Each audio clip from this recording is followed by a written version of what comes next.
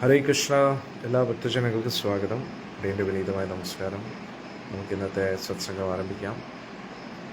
ഭക്തരെല്ലാവരും ലൈവിൽ വരുന്നവരെ നമുക്കൊരു കീർത്തനം ചെയ്യാം. ജയ രാധാ മാധവ ജയ കുഞ്ച ബിഹാരി ജയ രാധാ മാധവ जय कुंज बिहारी जय गोपी जन वल्लभ जय गोपी जन वल्लभ जय गिरिवरधारी जय गिरिवरधारी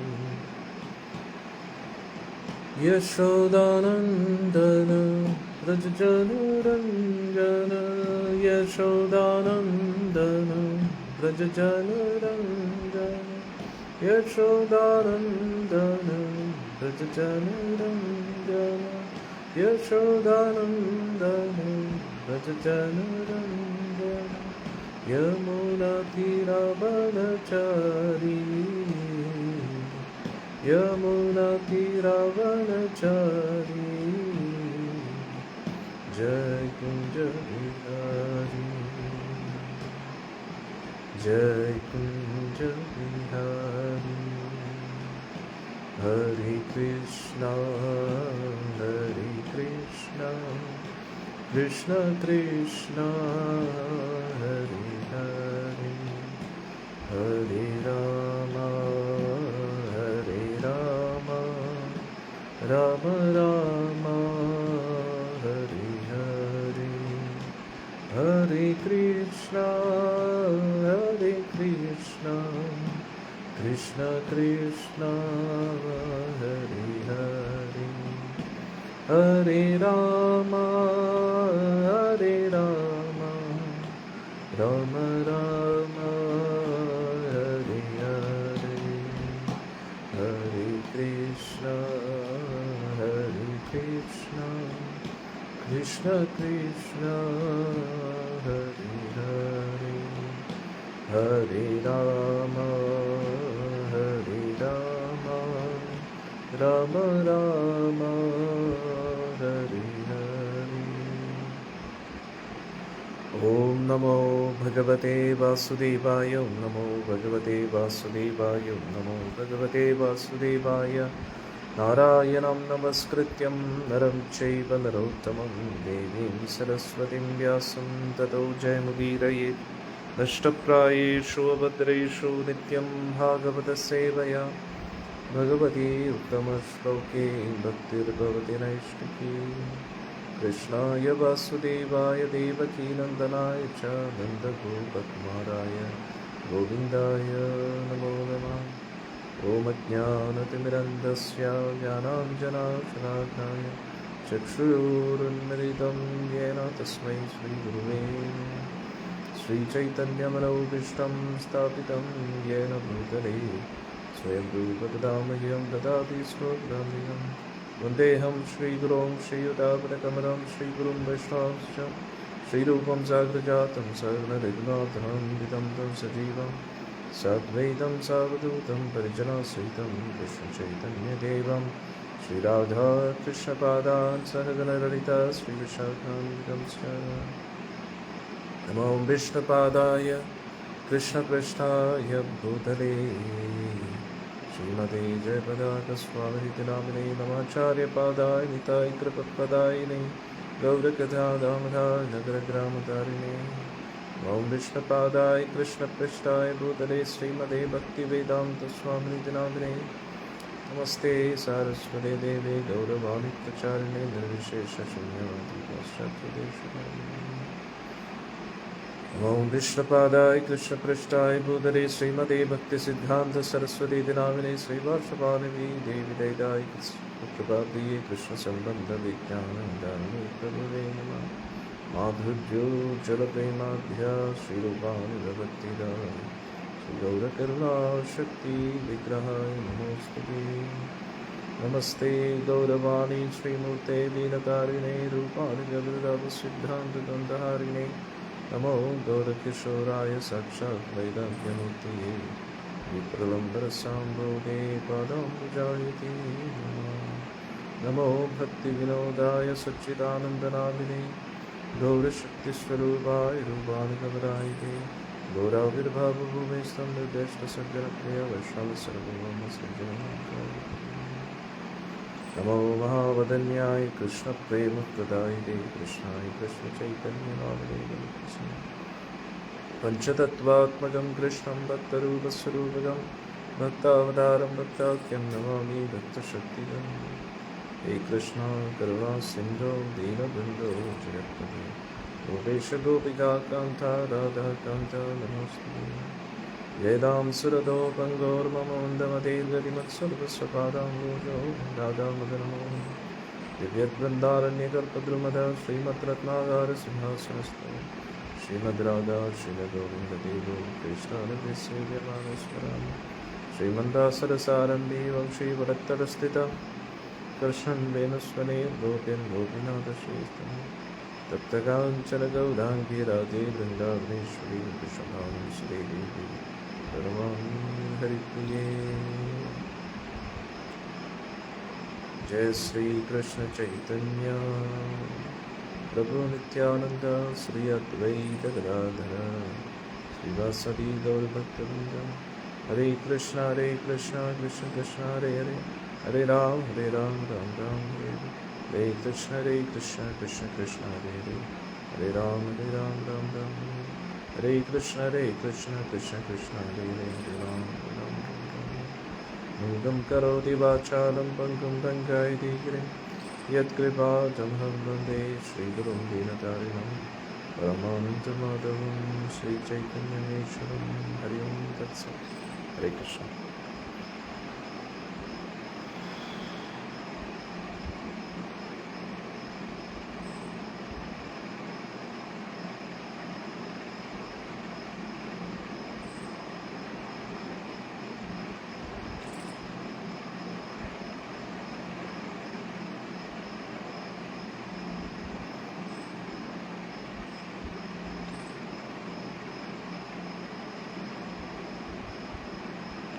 ശ്രീമദ് ഭാഗവതം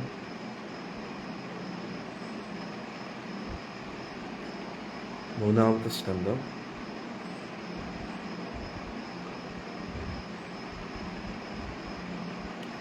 13ാമത്തെ അധ്യായത്തിലേക്കാണ് നമ്മൾ കടന്നിരിക്കുന്നത്.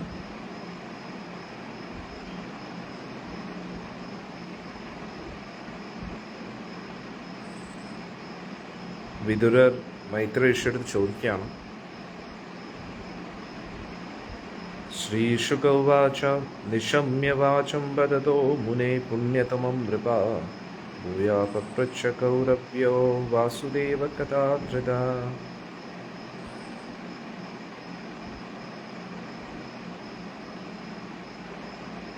വിദുരർ മൈത്രേയിയോട് വീണ്ടും ചോദിക്കുന്നെന്ന് ശുകദേവ ഗോസ്വാമി പറയുന്നു. എന്താണ്?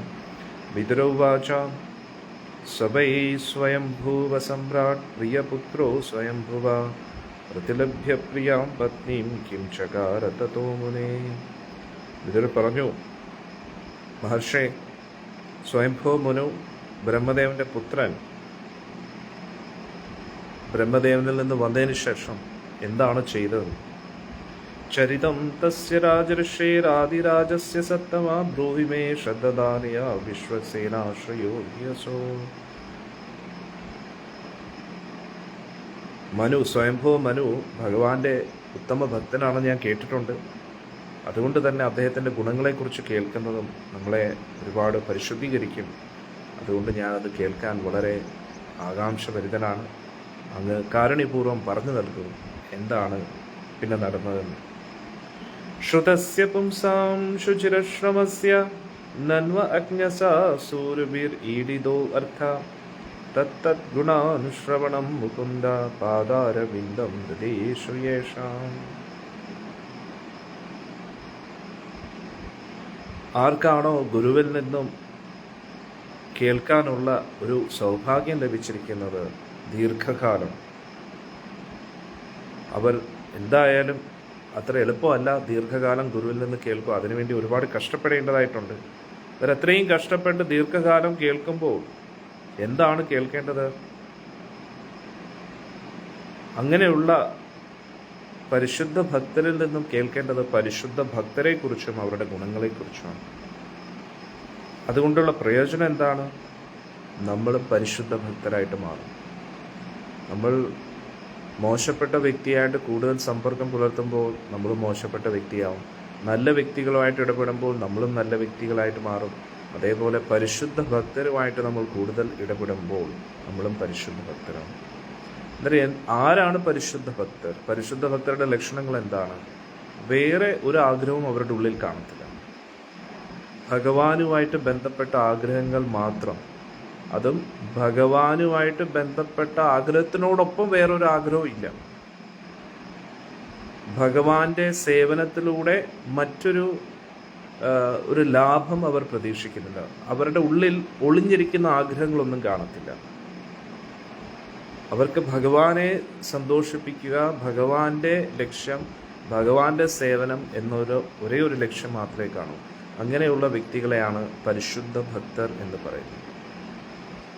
അന്നേരം ആ സേവനത്തിലൂടെ വേറൊരു ആഗ്രഹം അവർ പൂർത്തീകരിക്കാൻ ആഗ്രഹിക്കുന്നില്ല.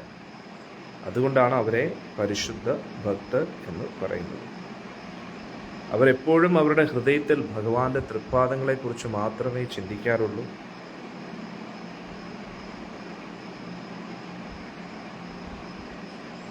ആ ഭഗവാന്റെ തൃപ്പാദത്തെ സ്മരിക്കുന്നത് കൊണ്ട് തന്നെ ഇങ്ങനെയുള്ള ജീവാത്മാക്കൾ എപ്പോഴും മുക്താവസ്ഥയിലാണ്. അന്നേരം ഇവിടെ പറയുന്നത് എന്താണ്? നമ്മൾ ആരെക്കുറിച്ചാണ് കേൾക്കേണ്ടത്? പരിശുദ്ധ ഭക്തരെക്കുറിച്ച്. പരിശുദ്ധ ഭക്തരിൽ നിന്ന് ആരാണ് പരിശുദ്ധ ഭക്തര്? ഭഗവാനെക്കുറിച്ചല്ലാതെ വേറൊരു ആഗ്രഹവും ഹൃദയത്തിൽ സൂക്ഷിക്കാത്ത വ്യക്തികൾ. വേറൊരു ആഗ്രഹത്തെ നിറവേറ്റാൻ വേണ്ടി അവർ ഒരു പരിശ്രമം നടത്തത്തില്ല. ഭഗവാനും ഭഗവാന്റെ സേവനത്തിന് മാത്രം മുൻതൂക്കം കൊടുക്കുന്ന വ്യക്തികൾ. ഇനി ഭഗവാന്റെ സേവനത്തിനോടൊപ്പം പുറമേ ഭഗവാന്റെ സേവനം, പക്ഷെ ഉള്ളിൽ ആ സേവനത്തിലൂടെ സ്വന്തം കാര്യങ്ങൾ നടത്തിയെടുക്കാൻ നോക്കുന്ന അങ്ങനെ ഒരു പ്രവണതയില്ല. അവർക്ക് ഭഗവാന്റെ സന്തോഷം മാത്രമാണ് ലക്ഷ്യം. അങ്ങനെയുള്ള ഭക്തരിൽ നിന്നും അങ്ങനെയുള്ള ഭക്തരെ കുറിച്ച് കേൾക്കണം. പരിശുദ്ധ ഭക്തരിൽ നിന്നും പരിശുദ്ധ ഭക്തരെ കുറിച്ച് കേൾക്കണം. ഇനി പരിശുദ്ധ ഭക്തരെ കുറിച്ച് എന്താ കേൾക്കേണ്ടത്? അവരുടെ പരിശുദ്ധ ഭക്തിയെക്കുറിച്ച്. പല പല വിപരീത സാഹചര്യത്തിലും പ്രക്ഷുബ്ധമാകുന്ന അവസ്ഥയിലും അവരെ ആരും ഒരു പ്രലോഭനത്തിൽ വീഴുന്ന ആ ഒരു സാഹചര്യത്തിലും അവർ അതിലൊന്നും വീഴാതെ ആ പരിശുദ്ധ ഭക്തിയിൽ തന്നെ ഉറച്ചു നിന്നത്, അത് നമ്മൾ കേൾക്കണം. അതിലൂടെ എന്ത് പറ്റും? നമുക്ക് ഒരു വ്യക്തത കിട്ടും. നമ്മൾ എങ്ങനെയാണ് ഭക്തി, പരിശുദ്ധ ഭക്തി ഈ നമ്മുടെ ജീവിതത്തിലും പരിശീലിക്കേണ്ടത് എന്നും. അതുകൊണ്ട് നമ്മൾ എപ്പോഴും കേൾക്കേണ്ടത് എന്തിനെക്കുറിച്ചാണ്? പരിശുദ്ധ ഭക്തരിൽ. അത് വളരെ ഇമ്പോർട്ടൻ്റ് ആണ്. പരിശുദ്ധ ഭക്തരിൽ നിന്നും പരിശുദ്ധ ഭക്തരെക്കുറിച്ച്, അവരുടെ പരിശുദ്ധ ഭക്തിയെക്കുറിച്ച് കേൾക്കണം. കാരണം എന്താണ്? അങ്ങനെയുള്ള ഭക്തരുടെ ഹൃദയത്തിൽ എപ്പോഴും അവർ ഭഗവാന്റെ തൃപ്പാദത്തെക്കുറിച്ച് മാത്രം ചിന്തിച്ചുകൊണ്ടിരിക്കുന്നു. അതുകൊണ്ട് അവരെപ്പോഴും മുക്താവസ്ഥയിലാണ്. അന്നേരം നമ്മളും ഭഗവാന്റെ പരിശുദ്ധ ഭക്തരെക്കുറിച്ചും പരിശുദ്ധ ഭക്തിയെക്കുറിച്ചും പരിശുദ്ധ ഭക്തരിൽ നിന്ന് കേൾക്കുമ്പോൾ ക്രമേണ നമ്മളും പരിശുദ്ധ ഭക്തരായിട്ട് മാറും. ഇത് വളരെ സിമ്പിളായിട്ടുള്ളൊരു പ്രോസസ്സാണ്. ശ്രീ ശുഗവാച, അടുത്ത ശ്ലോകത്തിൽ ശുകദേവ് ഗോസ്വാമി പറയുന്നു, ഇതി ബ്രുവാണം വിധനം വിനിതം സഹസ്രശീർഷണശ്ചരണോപദാനം പ്രദർശതാരോമ ഭഗവദ്ഗതായാം പ്രണീയമാനോ മുനിരഭിച്ഛഷ്ട. ശുകദേവ് ഗോസ്വാമി പറഞ്ഞു. അതും ആരാണ് പറയുന്നത്? സാക്ഷാൽ വിദുരർ തന്നെ. വിദുരർ ഇപ്പം പറഞ്ഞു, സ്വയംഭവ മനുവിനെ കുറിച്ച് നമ്മൾ കൂടുതൽ കേൾക്കാൻ ആഗ്രഹിക്കുന്നു. കാരണം അദ്ദേഹം ഭഗവാന്റെ പരിശുദ്ധ ഭക്തനായിരുന്നു. അന്നേരം അങ്ങേ പോലുള്ള ശ്രേഷ്ഠരായിട്ടുള്ള ഭക്തരിൽ നിന്നും കേൾക്കാനുള്ള അവസരം അടിയന് ലഭിച്ചിരിക്കുന്നു. അതുകൊണ്ട് തീർച്ചയായിട്ടും അങ്ങയിൽ നിന്നും അങ്ങനെയുള്ള പരിശുദ്ധ ഭക്തരെക്കുറിച്ച് കൂടുതൽ കേൾക്കാനാണ് ആഗ്രഹം. കാരണം അങ്ങനെയുള്ള ഭക്തരെക്കുറിച്ച് കേൾക്കുമ്പോൾ എന്താവും, അവരുടെ ഹൃദയത്തിൽ എപ്പോഴും ഭഗവാന്റെ തൃപ്പാദം മാത്രമേ ഉള്ളൂ. അതുകൊണ്ട് തന്നെ അവരെപ്പോഴും മുക്താവസ്ഥയിലാണ്. എന്നാൽ ഇവിടെ ശുകദേവ് ഗോസ്വാമി പറയുന്നു, വിതുരർ പരിശുദ്ധ ഭക്തനാണ്. അദ്ദേഹം കുറച്ചു മുമ്പേ പറഞ്ഞ പോലെ, ഇതിനു മുമ്പേ ഉള്ള ശ്ലോകത്തിൽ പറഞ്ഞതുപോലെ, പരിശുദ്ധ ഭക്തർ എപ്പോഴും ഭഗവാന്റെ തൃപ്പാദത്തെക്കുറിച്ച് സ്മരിച്ചുകൊണ്ടിരിക്കുന്നു. പക്ഷെ അതേ തൃപ്പാദം ഇദ്ദേഹത്തിൻ്റെ മടിയിലായിരുന്നു. വിതുരരുടെ വീട്ടിൽ ഭഗവാൻ ചെന്നപ്പോൾ വിതുരരുടെ മടിയിലായിരുന്നു ഭഗവാന്റെ പാദം വെച്ചിരുന്നത്. അത്രയ്ക്ക് സൗഭാഗ്യശാലിയാണ് വിതുരർ. അതുകൊണ്ട് ആ വിതുരൽ നിന്ന് തന്നെ ഈ ചോദ്യം കേട്ടപ്പോൾ മൈത്രേയ ഋഷിക്ക് ഒരുപാട് സന്തോഷമായി. അതുകൊണ്ട് തന്നെ സന്തോഷത്തോടുകൂടി ഉത്സാഹത്തോടു കൂടി അദ്ദേഹം സംസാരിക്കാൻ തുടങ്ങി. അന്നേരം ഇവിടെ പരിശുദ്ധ ഭക്തനോട് പരിശുദ്ധ ഭക്തനെ കുറിച്ച് ചോദിക്കുകയാണ്. അന്നേരം അങ്ങനെയുള്ള സംവാദം നമ്മൾ കേൾക്കുമ്പോൾ നമ്മളും പരിശുദ്ധ ഭക്തിയിലേക്ക് മാറുന്നുണ്ട്. സാക്ഷാൽ ഭഗവാന്റെ തൃപ്പാദൻ മടിയിലിരുന്ന്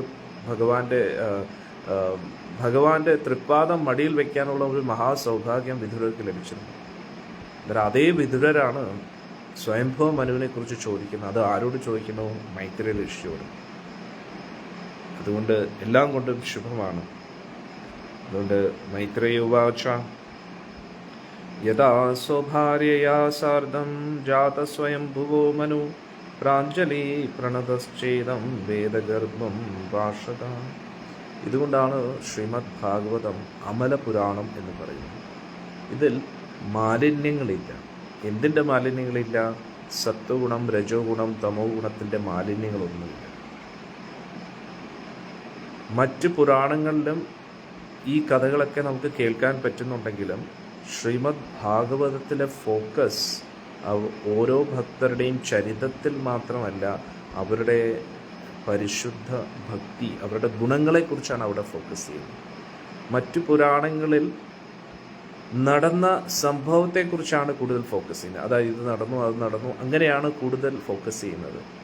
ഇനി ഭക്തരും തമ്മിലുള്ള സംവാദം ഉണ്ടെങ്കിലും പരിശുദ്ധ ഭക്തിയെക്കുറിച്ചല്ല ചർച്ച ചെയ്യുന്നത്. ആ സംഭവ വികാസങ്ങളുമായിട്ട് ബന്ധപ്പെട്ട കാര്യങ്ങളാണ് അവിടെ ചർച്ച ചെയ്യുന്നത്. പക്ഷെ ശ്രീമദ് ഭാഗവത്തിൽ നടന്ന സംഭവത്തെക്കാട്ടിയും കൂടുതൽ ഇവിടെ ചർച്ച നടക്കുന്നത് പരിശുദ്ധ ഭക്തിയെക്കുറിച്ചാണ്. അതാണ് നമുക്ക് ഏറ്റവും കൂടുതൽ പഠിക്കേണ്ടത്. അതുകൊണ്ട് ശ്രീമദ് ഭാഗവതം അമലപുരാണം. അതുകൊണ്ടാണ് ശ്രീമദ് ഭാഗവതത്തിലൂടെ മാത്രമേ നമുക്ക് നാമം ജപിക്കാൻ പ്രചോദനം ലഭിക്കൂ. നിത്യേന ഭാഗവത പഠനത്തിലൂടെ, അധ്യയനത്തിലൂടെ നമുക്ക് ഒരുപാട് ഭക്തിയിൽ പുരോഗമിക്കാൻ പറ്റും. അതിന് ഏറ്റവും ഉത്തമ ഉദാഹരണം നിങ്ങളൊക്കെ തന്നെയാണ്, അല്ലേ? ശ്രീമദ് ഭാഗവതത്തിലൂടെയാണ് നമ്മുടെ ഈ സത്സംഗം ആരംഭിച്ചത്. ഇപ്പോൾ 3 വർഷമായിട്ട്, ഇപ്പോൾ 4ാമത്തെ വർഷത്തിലേക്ക് കടക്കുന്നു. ശ്രീമദ് ഭാഗവതത്തിലൂടെയാണ് നമ്മളെല്ലാവരും തിരുനാമജപത്തിലേക്ക് എത്തിയത്. ശ്രീല പ്രഭുപാദ്ജി ശ്രീമദ് ഭാഗവതത്തിലൂടെയാണ് നമ്മുടെ പ്രസ്ഥാനത്തിനെ ലോകമെമ്പാടും എത്തിച്ചിരിക്കുന്നത്, അല്ലേ? ആ ശ്രീമദ് ഭാഗവതമാണ് നമ്മുടെ അടിത്തറ ഭക്തിയുടെ എന്ന് മനസ്സിലാക്കുക. മൈത്രേയ ഉവാച യഥാ സ്വഭാര്യയാ സാർദ്ധം ജാതസ്വയം ഭുവോ മനു പ്രാഞ്ജലി പ്രണതശ്ചേദം വേദഗർഭം അഭാഷത. മൈത്രേയ് പറഞ്ഞു,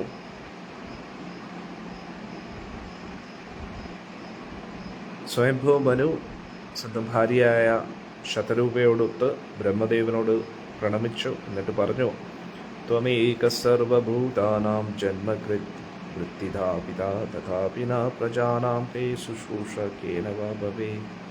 പറഞ്ഞു, അങ്ങാണ് നമ്മുടെ പിതാവ്, ഈ സൃഷ്ടിയുടെ മുഴുവൻ ആധാരം അങ്ങാണ്. നമ്മൾ അങ്ങയിൽ നിന്നാണ് വന്നിരിക്കുന്നത്. നമ്മൾ എങ്ങനെയാണ് അങ്ങയുടെ സേവനങ്ങൾ ചെയ്യേണ്ടത് എന്ന് വിശദീകരിക്കൂ എന്ന് പറഞ്ഞു. ഇത് കേട്ടപ്പോൾ ബ്രഹ്മദേവന് വലിയ സന്തോഷമായി.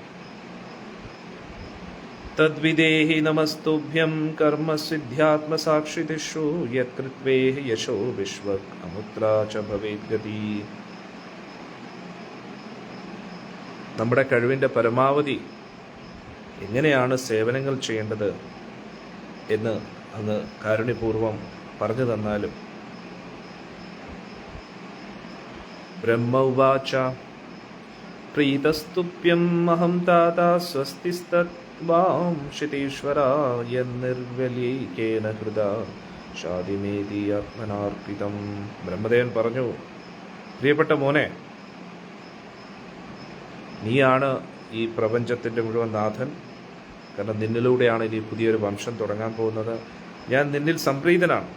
ഞാൻ എല്ലാവിധ അനുഗ്രഹം നിനക്കും നിന്റെ ഭാര്യയ്ക്കും നൽകുന്നു. എൻ്റെ നിർദ്ദേശങ്ങളെ സ്വീകരിക്കാനായിട്ട് നീ അഭ്യർത്ഥിച്ചപ്പോൾ എനിക്ക് ഒരുപാട് സന്തോഷം തോന്നുന്നു എന്ന് ബ്രഹ്മദേവൻ പറഞ്ഞു. ഏതാവതീ ആത്മജേർവീര കാര്യഹി അപചിതുർഗുരോ ശക്ത്യാ പ്രമത്തേർഗൃഹ്യത സാദരം ഗതാ മത്സരേ. ഒരു മകൻ അച്ഛൻ്റെ നിർദ്ദേശങ്ങൾ എങ്ങനെ പാലിക്കണം എന്ന് നിന്നിൽ നിന്ന് പഠിക്കാൻ പറ്റും. ഈ ഒരു ആദരവ് നമ്മുടെ മുതിർന്ന വ്യക്തികളോട് എപ്പോഴും എല്ലാവർക്കും ഉണ്ടായിരിക്കണം.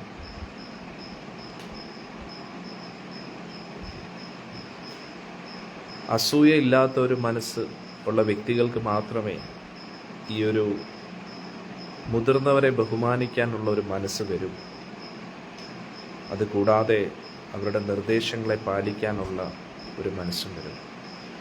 ഇവിടെ വളരെ പ്രധാനപ്പെട്ട ഒരു ശിക്ഷണമാണ് നമുക്ക് ലഭിക്കുന്നത്. നമ്മൾ നമ്മുടെ മുതിർന്നവരെ എങ്ങനെ ബഹുമാനിക്കണം. ഇത് കേൾക്കുമ്പോൾ വളരെ നിസ്സാരമായിട്ട് തോന്നും. ഇത് നമ്മൾക്ക് എന്തായാലും അറിയാവുന്ന കാര്യങ്ങളല്ലേ. പക്ഷേ നമ്മൾ ബഹുമാനിക്കുന്നതിൻ്റെ അർത്ഥം എന്താ? അവരുടെ നിർദ്ദേശങ്ങളെ സ്വീകരിക്കണമെന്നാണ്. അന്നേരം ഇവിടെ പ്രധാനമായിട്ട് നമ്മൾ പാഠമായിട്ട് എടുക്കേണ്ടത് ഭക്തിയിൽ പുരോഗമിക്കാൻ വേണ്ടി ഗുരു പരമ്പരയുടെ നിർദ്ദേശങ്ങളെ വളരെ സീരിയസ് ആയിട്ട് നമ്മൾ എടുക്കണം. അതിനെ ഒരിക്കലും നിസ്സാരമായിട്ട് കാണരുത്. അന്നേരം നമ്മൾ നമസ്കരിക്കുന്നതിൻ്റെ അർത്ഥം ആ വ്യക്തി പറയുന്നത് നിർദ്ദേശങ്ങളെ നമ്മുടെ ജീവിതത്തിൽ ഭക്തിയിൽ പുരോഗമിക്കാൻ വേണ്ടിയാണ് എന്ന് നമ്മൾ ഹൃദയാംഗതമായിട്ട് സ്വീകരിക്കുകയാണ്. ആരാണോ അങ്ങനെ സ്വീകരിക്കുന്നത് അവർ തീർച്ചയായിട്ടും ഭഗവാന്റെ അനുഗ്രഹത്തിന് യോഗ്യത നേടിയെടുക്കും. സത്വം അസ്യം പത്യാനി സദൃശ്യാനി ആത്മനോ ഗുണൈ ഉത്പാദ്യ ശാസ്ത്രധർമ്മേണ ഗാം യജ്ഞൈ പുരുഷം യജ. നീ അനുസരണയുള്ള എൻ്റെ മകനാണ്. അതുകൊണ്ട് ഞാൻ ആഗ്രഹിക്കുന്നത് നീ നിൻ്റെ ഭാര്യയിലൂടെ സൃഷ്ടിയെ മുന്നോട്ട് കൊണ്ടുപോകൂ എന്ന്. ഭക്തിയുടെ തത്വങ്ങളനുസരിച്ച്, ഭക്തിയുടെ മൂല്യങ്ങളനുസരിച്ച് ഭഗവാനെ ആരാധിച്ചുകൊണ്ട് ഈ ഭൂമി ഭരിക്കൂ. യജ്ഞങ്ങളൊക്കെ ഭഗവാന് വേണ്ടി ചെയ്യൂ എന്ന് ബ്രഹ്മദേവൻ നിർദ്ദേശം.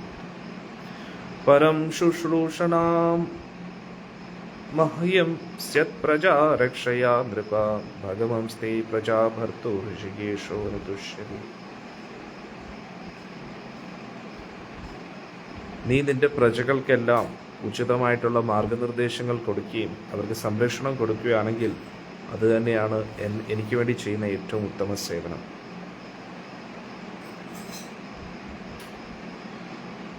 നീ നിന്റെ പ്രജകൾ ബദ്ധാത്മാക്കൾക്ക് എല്ലാവർക്കും ഭഗവാന്റെ അടുത്തേക്ക് പോകാനുള്ള ആ വഴി പറഞ്ഞു കൊടുക്കുകയാണെങ്കിൽ അതിലൂടെ ഋഷികേശനായിട്ടുള്ള ഭഗവാൻ തീർച്ചയായിട്ടും സംപ്രീതനാകും. അന്നേരം ശ്രീമദ് ഭാഗവത്തിൽ ഒരു ശ്ലോകം ഇങ്ങനെ വരുന്നുണ്ട്. അതിൽ പറയുന്നുണ്ട്, നമ്മൾ അച്ഛൻ്റെ സ്ഥാനത്തിരിക്കുമ്പോൾ, ഭർത്താവിൻ്റെ സ്ഥാനത്ത് സ്വീകരിക്കുമ്പോൾ, രാജാവിൻ്റെ സ്ഥാനം സ്വീകരിക്കുമ്പോൾ നമ്മളെപ്പോഴും നമ്മുടെ ആശ്രിതരെ ഭഗവാന്റെ ലോകത്തേക്ക് എത്തിക്കാൻ കഴിവുണ്ടായിരിക്കണം എന്ന് പറയും. അതായത് ഒരു വ്യക്തി ആകുകയാണെങ്കിൽ, അല്ലെങ്കിൽ പിന്നെ ഭർത്താവുകയാണെങ്കിൽ, അല്ലെങ്കിൽ പിന്നെ അച്ഛനാവുകയാണെങ്കിൽ, അല്ലെങ്കിൽ ഗുരുവാവുകയാണെങ്കിൽ, അന്നേരം ഇതൊക്കെയെന്ന് പറഞ്ഞ ഒരു സ്ഥാനമാണ്.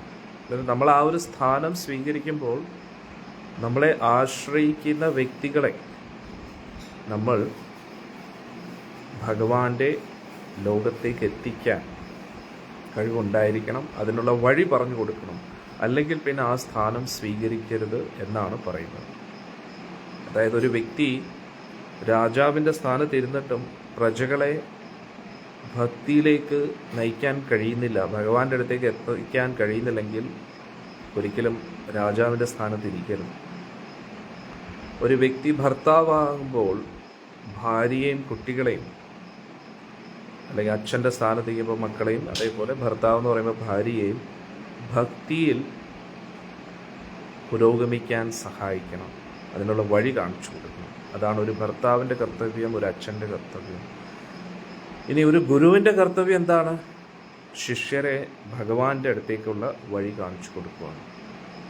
അന്നേരം ഭഗവാന്റെ അടുത്തേക്കുള്ള വഴി കാണിച്ചു കൊടുക്കാൻ പറ്റുന്നില്ല എങ്കിൽ പിന്നെ ഈ ഒരു വഴി, ഈ ഒരു സ്ഥാനം സ്വീകരിക്കുന്നതിൽ അർത്ഥമില്ല എന്ന് പറയുന്നു. അന്നേരം അതേപോലെ ബ്രഹ്മദേവൻ ഇവിടെ പറയുന്നത് എന്താണ്? അങ്ങയുടെ പ്രജകളെയെല്ലാം, സ്വയംഭവ മനുവിലൂടെ ഇനി സൃഷ്ടി നടക്കും. അന്നേരം നിങ്ങളുടെ പ്രജകളെയെല്ലാം, പ്രജകൾ എന്ന് പറയുമ്പോൾ മക്കൾ എന്ന് ഉദ്ദേശിക്കുന്നുണ്ട്, അനുയായികൾ എന്ന് ഉദ്ദേശിക്കുന്നുണ്ട്. അന്നേരം അവരെ എല്ലാം ഭഗവാന്റെ മാർഗത്തിലേക്ക് എത്തിക്കുകയാണെങ്കിൽ അതിലൂടെ തന്നെ ഭഗവാൻ ഒരുപാട് സന്തോഷിക്കും. യേഷാം ന തുഷ്ടോ ഭഗവാൻ യജ്ഞലിംഗോ ജനാർദ്ദന തേഷാം ശ്രമോ ഹി പാർത്ഥായ യഥാത്മനാദ്രിത സ്വയം. അതുകൊണ്ടാണ് നമ്മൾ നമ്മുടെ ആശ്രമമായിട്ട് ബന്ധപ്പെട്ട ഓരോരോ ഉത്സവങ്ങളൊക്കെ ആഘോഷിക്കുന്നത്. അതാണ് യഥാർത്ഥത്തിൽ എല്ലാ ക്ഷേത്രങ്ങളിലും ഉള്ള ഉത്സവത്തിൻ്റെ ഉദ്ദേശം. പക്ഷെ ആ ഒരു ഉദ്ദേശം ഇപ്പോൾ മാറിയിരിക്കാം. ഇന്നലെ തന്നെ മെനിഞ്ഞാന്ന് രഥയാത്ര നമ്മളെല്ലാവരും ആഘോഷിച്ചു, ജഗന്നാഥ രഥയാത്ര. രഥയാത്രയിൽ എല്ലാവരും ഒത്തുകൂടി ഭഗവാന് വേണ്ടി ഒരുപാട് വിഭവങ്ങളൊക്കെ നിവേദിച്ചു. ഭഗവാന് വേണ്ടി രഥം തയ്യാറാക്കി അത് നല്ല കീർത്തനത്തോടു കൂടി നമ്മൾ ഗുരുവായൂരിന് ചുറ്റും പ്രദക്ഷിണമൊക്കെ ചെയ്തു. അതിലൂടെ നമ്മൾ എന്താ ഉദ്ദേശിക്കുന്നത്? ഭഗവാന്റെ സന്തോഷത്തിന് വേണ്ടി. അതൊരു യജ്ഞമാണ്, നാമസങ്കീർത്തന യജ്ഞം. പിന്നെ നമ്മളെല്ലാവരും എന്താ പറയുന്നത്, നടക്കുന്നു, കീർത്തനം ചെയ്ത്, ഇതെല്ലാം ഭഗവാന് വേണ്ടി ചെയ്യുന്ന ഒരു ത്യാഗമാണ്. അന്നേരം അതിലൂടെ ഭഗവാൻ സന്തോഷിക്കും. ഭഗവാൻ സന്തോഷിക്കുമ്പോൾ എല്ലാ ദേവി ദേവന്മാരും സന്തോഷിക്കും. അതിലൂടെ നമുക്ക് എല്ലാവർക്കും നന്മ വരും. ആ പ്രദേശത്തിന് മൊത്തത്തിൽ നന്മയെ വരുത്തുന്നു. അതിലൂടെ സത്കർമ്മമാണ് നമ്മൾ ചെയ്യുന്നത്, ഏറ്റവും നല്ല സത്കർമ്മം. അന്നേരം ഇതാണ് നമ്മുടെ എല്ലാവരുടെയും ലക്ഷ്യം. കൂടുതൽ കൂടുതൽ സത്കർമ്മങ്ങൾ ചെയ്യുക, ഭഗവാന്റെ കീർത്തനങ്ങൾ ചെയ്യുക, ഭഗവാന്റെ നാമജപത്തിനെ കുറിച്ച് കൂടുതൽ പേർക്ക് പറഞ്ഞു കൊടുക്കുക. ഇതാണ് നമ്മുടെ ലക്ഷ്യം. 13ാമത്തെ ശ്ലോകം. യേഷാം ന തുഷ്ടോ ഭഗവാൻ യജ്ഞലിംഗോ ജനാർദ്ദന തേഷാം ശ്രമോ ഹി പാർത്ഥായ യഥാത്മനാദ്രിത സ്വയം. ഭഗവാൻ ജനാർദ്ദനൻ, അദ്ദേഹമാണ് ഈ പ്രപഞ്ചത്തിൻ്റെ എല്ലാം ആധാരം. അദ്ദേഹത്തിന് വേണ്ടിയാണ് എല്ലാ യജ്ഞകർമ്മങ്ങളും. അദ്ദേഹം സംപ്രീതനല്ല എങ്കിൽ നമ്മൾ ചെയ്യുന്ന എല്ലാ പ്രവൃത്തികളും വെറുതെയാണ്. അദ്ദേഹമാണ് പരമാത്മാവ്. അതുകൊണ്ട് ആരാണോ അദ്ദേഹത്തിന് എതിരെ പ്രവർത്തിക്കുന്നത് അവർ സ്വന്തം നാശത്തിന് വേണ്ടി പ്രവർത്തിച്ചുകൊണ്ടിരിക്കുകയാണ്. മനസ്സിലാക്കും. അന്നേരം എത്ര വലിയ മണ്ടത്തരമാണ് ഇന്നത്തെ ആൾക്കാർ ചെയ്യുന്നതെന്നൊന്ന് ആലോചിച്ച് നോക്കണേ. അതായത് ഈ പ്രപഞ്ചം മുഴുവൻ ഭഗവാന്റേതാണ്. ഭഗവാനാണ് ഇതിൻ്റെ എല്ലാം ഉടയം. ഭഗവാനാണ് ഇതിനെ സൃഷ്ടിച്ചത്. അദ്ദേഹമാണ് ഇതിനെ മുഴുവൻ നിയന്ത്രിക്കുന്നത്, ഇപ്പോഴും നിയന്ത്രിച്ചുകൊണ്ട് ഇരിക്കുന്നത്, ഇതിനെ പരിപാലനം ചെയ്യുന്നത്. നമ്മളെല്ലാവരും അദ്ദേഹത്തിൻ്റെ അംശമാണ്. അന്നേരം അദ്ദേഹത്തെ അറിയാൻ ശ്രമിക്കുന്നില്ല. അത് ആദ്യത്തെ തെറ്റ്. കാരണം നമ്മുടെ യഥാർത്ഥ അച്ഛൻ അദ്ദേഹമാണ്. അന്നേരം അദ്ദേഹത്തെ അറിഞ്ഞില്ലെങ്കിൽ പിന്നെ നമ്മുടെ ജീവിതം എത്ര നിരർത്ഥകമാണെന്ന് ആലോചിച്ചു. ഒരു മനുഷ്യജന്മം ലഭിച്ചിട്ട് നമ്മളെ സൃഷ്ടിച്ചത് ആരാണെന്നും ഈ പ്രപഞ്ചം ആരിൽ നിന്ന് വരുന്നു ഇതൊന്നും മനസ്സിലാക്കാതെ ഈ പ്രപഞ്ചത്തെ നിലനിർത്തുന്നത് ആരാണെന്നും നമുക്ക് ലഭിക്കുന്ന വായു, നമുക്ക് ലഭിക്കുന്ന ഭക്ഷണം, ഈ ശരീരത്തെ നിലനിർത്താൻ വേണ്ടുന്ന ഊർജം, ഇതെല്ലാം പഞ്ചഭൂതങ്ങളെല്ലാം ഇതെല്ലാം ആരിൽ നിന്ന് വരുന്നു, ആരിത് സപ്ലൈ ചെയ്തുകൊണ്ടിരിക്കുന്നു. ഇപ്പം നമ്മുടെ വീട്ടിലൊരു അടുപ്പ് കത്തുകയാണെങ്കിൽ അതിനൊരു ഇന്ധനം വേണ്ടേ? ആ ഗ്യാസ് ഇല്ലെങ്കിൽ അടുപ്പ് എങ്ങനെയാണ് കത്തുന്നത്? എന്നാൽ തുടർച്ചയായിട്ട് ഈ പ്രപഞ്ചത്തിന് വേണ്ടുന്ന അഗ്നിയുടെ ഊർജം, ഇനി ആ ഊർജത്തിൻ്റെ ഊർജം എല്ലാം എവിടെ നിന്ന് ലഭിക്കുന്നു? ജലം എവിടെ നിന്ന് വരുന്നു? അഗ്നി എവിടെ നിന്ന് വരുന്നു? വായു എവിടെ നിന്ന് വരുന്നു? ഭൂമി എങ്ങനെ ഇവിടെ ഇങ്ങനെ നിലനിൽക്കുന്നു? ഇതെല്ലാം നമ്മൾ ചിന്തിക്കേണ്ടതായിട്ടുണ്ട്. ഈ പഞ്ചഭൂതങ്ങളെ നിർമ്മിച്ചതും ഇതിനെ നിലനിർത്തുന്നതും നമ്മുടെ ഈ ശരീരം തന്നെ പഞ്ചഭൂത നിർമ്മിതമാണ്. എന്നിട്ട് ഇതിനെയെല്ലാം നിലനിർത്തുന്നതായ പരമോന്നതനായിട്ടുള്ള ആ ഭഗവാനാണ്. എന്നാൽ അദ്ദേഹത്തെ അറിഞ്ഞില്ലെങ്കിൽ, അദ്ദേഹത്തെ അവഗണിച്ചിട്ടുണ്ടുള്ള ജീവിതം എത്ര മണ്ടത്തരമാണെന്ന് നമ്മളൊന്ന് ആലോചിച്ചു. ഉദാഹരണത്തിന്, ഒരാളുടെ വീട്ടിൽ കുറച്ച് ദിവസം താമസിക്കാനായിട്ട് ചെല്ലുന്നു, ഒരു അതിഥിയായിട്ട്. എന്നിട്ട് ആ വീട്ടിൻ്റെ ഉടമസ്ഥൻ ആരാണോ ആ വ്യക്തിയെ നമ്മൾ അവഗണിക്കുകയാണെങ്കിൽ അത് ശരിയാണോ? അന്നേരം ആ വ്യക്തിയുടെ വീട്ടിൽ ഒരു അതിഥിയായിട്ട് നമ്മൾ താമസിക്കുകയാണ്. എന്നിട്ട് ആ വ്യക്തിയുടെ വീട്ടിൽ താമസിച്ചിട്ട് ആ വ്യക്തിയെ അവഗണിക്കുകയാണെങ്കിൽ അത് ശരിയാണോ? ആ വ്യക്തിയായിട്ടൊന്നും സംസാരിക്കാറുമില്ല, ഒരു ബഹുമാനത്തോടു കൂടി ഒന്നും പറയാറുമില്ല. എന്നിട്ട് നമ്മളത് നമ്മുടെ വീടാണെന്ന് ചിന്തിച്ച് ജീവിക്കുന്നത് എത്ര നിരർത്ഥകമാണെന്ന് ആലോചിച്ചു. അതേപോലെയാണ് നമ്മൾ ചെയ്യുന്നത്. ഈ പ്രപഞ്ചം മുഴുവൻ ഭഗവാന്റേതാണ്. സർവസ്വവും ഭഗവാൻ. ഈശാവാസ്യമിതം സർവം. ഈ പ്രപഞ്ചം മുഴുവൻ ഈശ്വരൻ്റേതാണ്. അന്നേരം അദ്ദേഹത്തെ അറിയാൻ ശ്രമിക്കുക, അദ്ദേഹത്തിൻ്റെ ഇഷ്ടം അനുസരിച്ച് പ്രവർത്തിക്കുക എന്നത് വളരെ കോമൺ സെൻസ് ആയിട്ടുള്ളൊരു കാര്യമാണ്. അതാണ് ഇവിടെ സൃഷ്ടികർത്താവായിട്ടുള്ള ബ്രഹ്മദേവൻ പറയുന്നത്. അന്നേരം എല്ലാ മതങ്ങളും അതാണ് നമ്മളെ പഠിപ്പിക്കുന്നത്. പക്ഷേ ഇപ്പോൾ രാംനാഥ് മഹാരാജ് അദ്ദേഹത്തിൻ്റെ ഗ്രന്ഥമായ ജേർണി ഹോമിൽ പറയുന്നു, നമ്മുടെ ലക്ഷ്യം ഭഗവാനെ സ്നേഹിക്കുക എന്നതാണ്. ഭഗവാനെ സ്നേഹിക്കണമെങ്കിൽ ഭഗവാൻ സ്നേഹിക്കുന്ന എല്ലാവരെയും നമ്മളും സ്നേഹിക്കേണ്ടതായിട്ടുണ്ട്. എത്ര മനോഹരമായിട്ടുള്ളൊരു വചനമാണ് നോക്കുന്നത്. നമ്മുടെ ലക്ഷ്യം എന്താ? ഭഗവാനെ സ്നേഹിക്കുക എന്നതാണ്. കാരണം എന്താ? നമ്മൾ അദ്ദേഹത്തിൽ നിന്ന് വന്ന ആളാണ്. നമ്മുടെ ലക്ഷ്യം അദ്ദേഹത്തിൻ്റെ സേവനം ചെയ്യുക എന്നതാണ്. കാരണം എന്താണ്? അതാണ് നമ്മുടെ കർത്തവ്യം. അതല്ലാതെ നമ്മൾ എന്ത് ചെയ്താലും അത് നമ്മളല്ലാത്ത എന്തോ നമ്മളാകാൻ ശ്രമിക്കുകയാണ്. നമ്മുടെ യഥാർത്ഥ കർത്തവ്യം അദ്ദേഹത്തിൻ്റെ സേവനമാണ്. നേരത്തെ പറഞ്ഞതുപോലെ ഒരു വീട്ടിൽ ഒരാളെ ജോലിക്ക് നിർത്തിയെന്നിരിക്കട്ടെ, ആ ജോലിക്കാരൻ്റെ ലക്ഷ്യം എന്താണ്? ആ ജോലി നൽകിയ വ്യക്തിയുടെ ഇംഗിതപ്രകാരം അദ്ദേഹം പറയുന്നത് പോലെ ജോലി ചെയ്യുക എന്നതാണ്. എങ്കിൽ മാത്രമല്ലേ ആ ജോലിക്കാരൻ അവിടെ നിൽക്കാൻ പറ്റും. അതേപോലെ നമ്മളെല്ലാവരും യഥാർത്ഥത്തിൽ ഭഗവാന്റെ ജോലിക്കാരനാണ്. ഭഗവാന് വേണ്ടി ജോലി ചെയ്യേണ്ട വ്യക്തികളാണ് നമ്മൾ. അതുകൊണ്ട് ഭഗവാന് വേണ്ടി അല്ലാതെ വേറെ ആർക്ക് വേണ്ടി, എന്തിനു വേണ്ടി ജോലി ചെയ്താലും അത് ശരിയാകത്തില്ല എന്ന് നമ്മൾ മനസ്സിലാക്കും. നമ്മൾ ഇന്ന് ജോലി ചെയ്യുന്നത് നമ്മുടേതായിട്ടുള്ള സ്വാർത്ഥതയ്ക്ക് വേണ്ടിയും നമ്മുടേതായിട്ടുള്ള ആസ്വാദനത്തിന് വേണ്ടിയും, എന്നിട്ട് നമുക്ക് ഇഷ്ടപ്പെട്ട വ്യക്തികളെ തൃപ്തിപ്പെടുത്താൻ വേണ്ടിയാണ് നമ്മൾ രാവിലെ മുതൽ രാത്രി വരെ ഓരോ കാര്യങ്ങൾ ചെയ്യുന്നത്. പക്ഷെ യഥാർത്ഥത്തിൽ ഈ പ്രപഞ്ചത്തിലുള്ള എല്ലാ ജീവജാലങ്ങളും പ്രവർത്തിക്കേണ്ടത് ആ പരമോന്നത ഈശ്വരന് വേണ്ടിയാണ്. അതാണ് നമ്മൾ മനസ്സിലാക്കേണ്ടത്.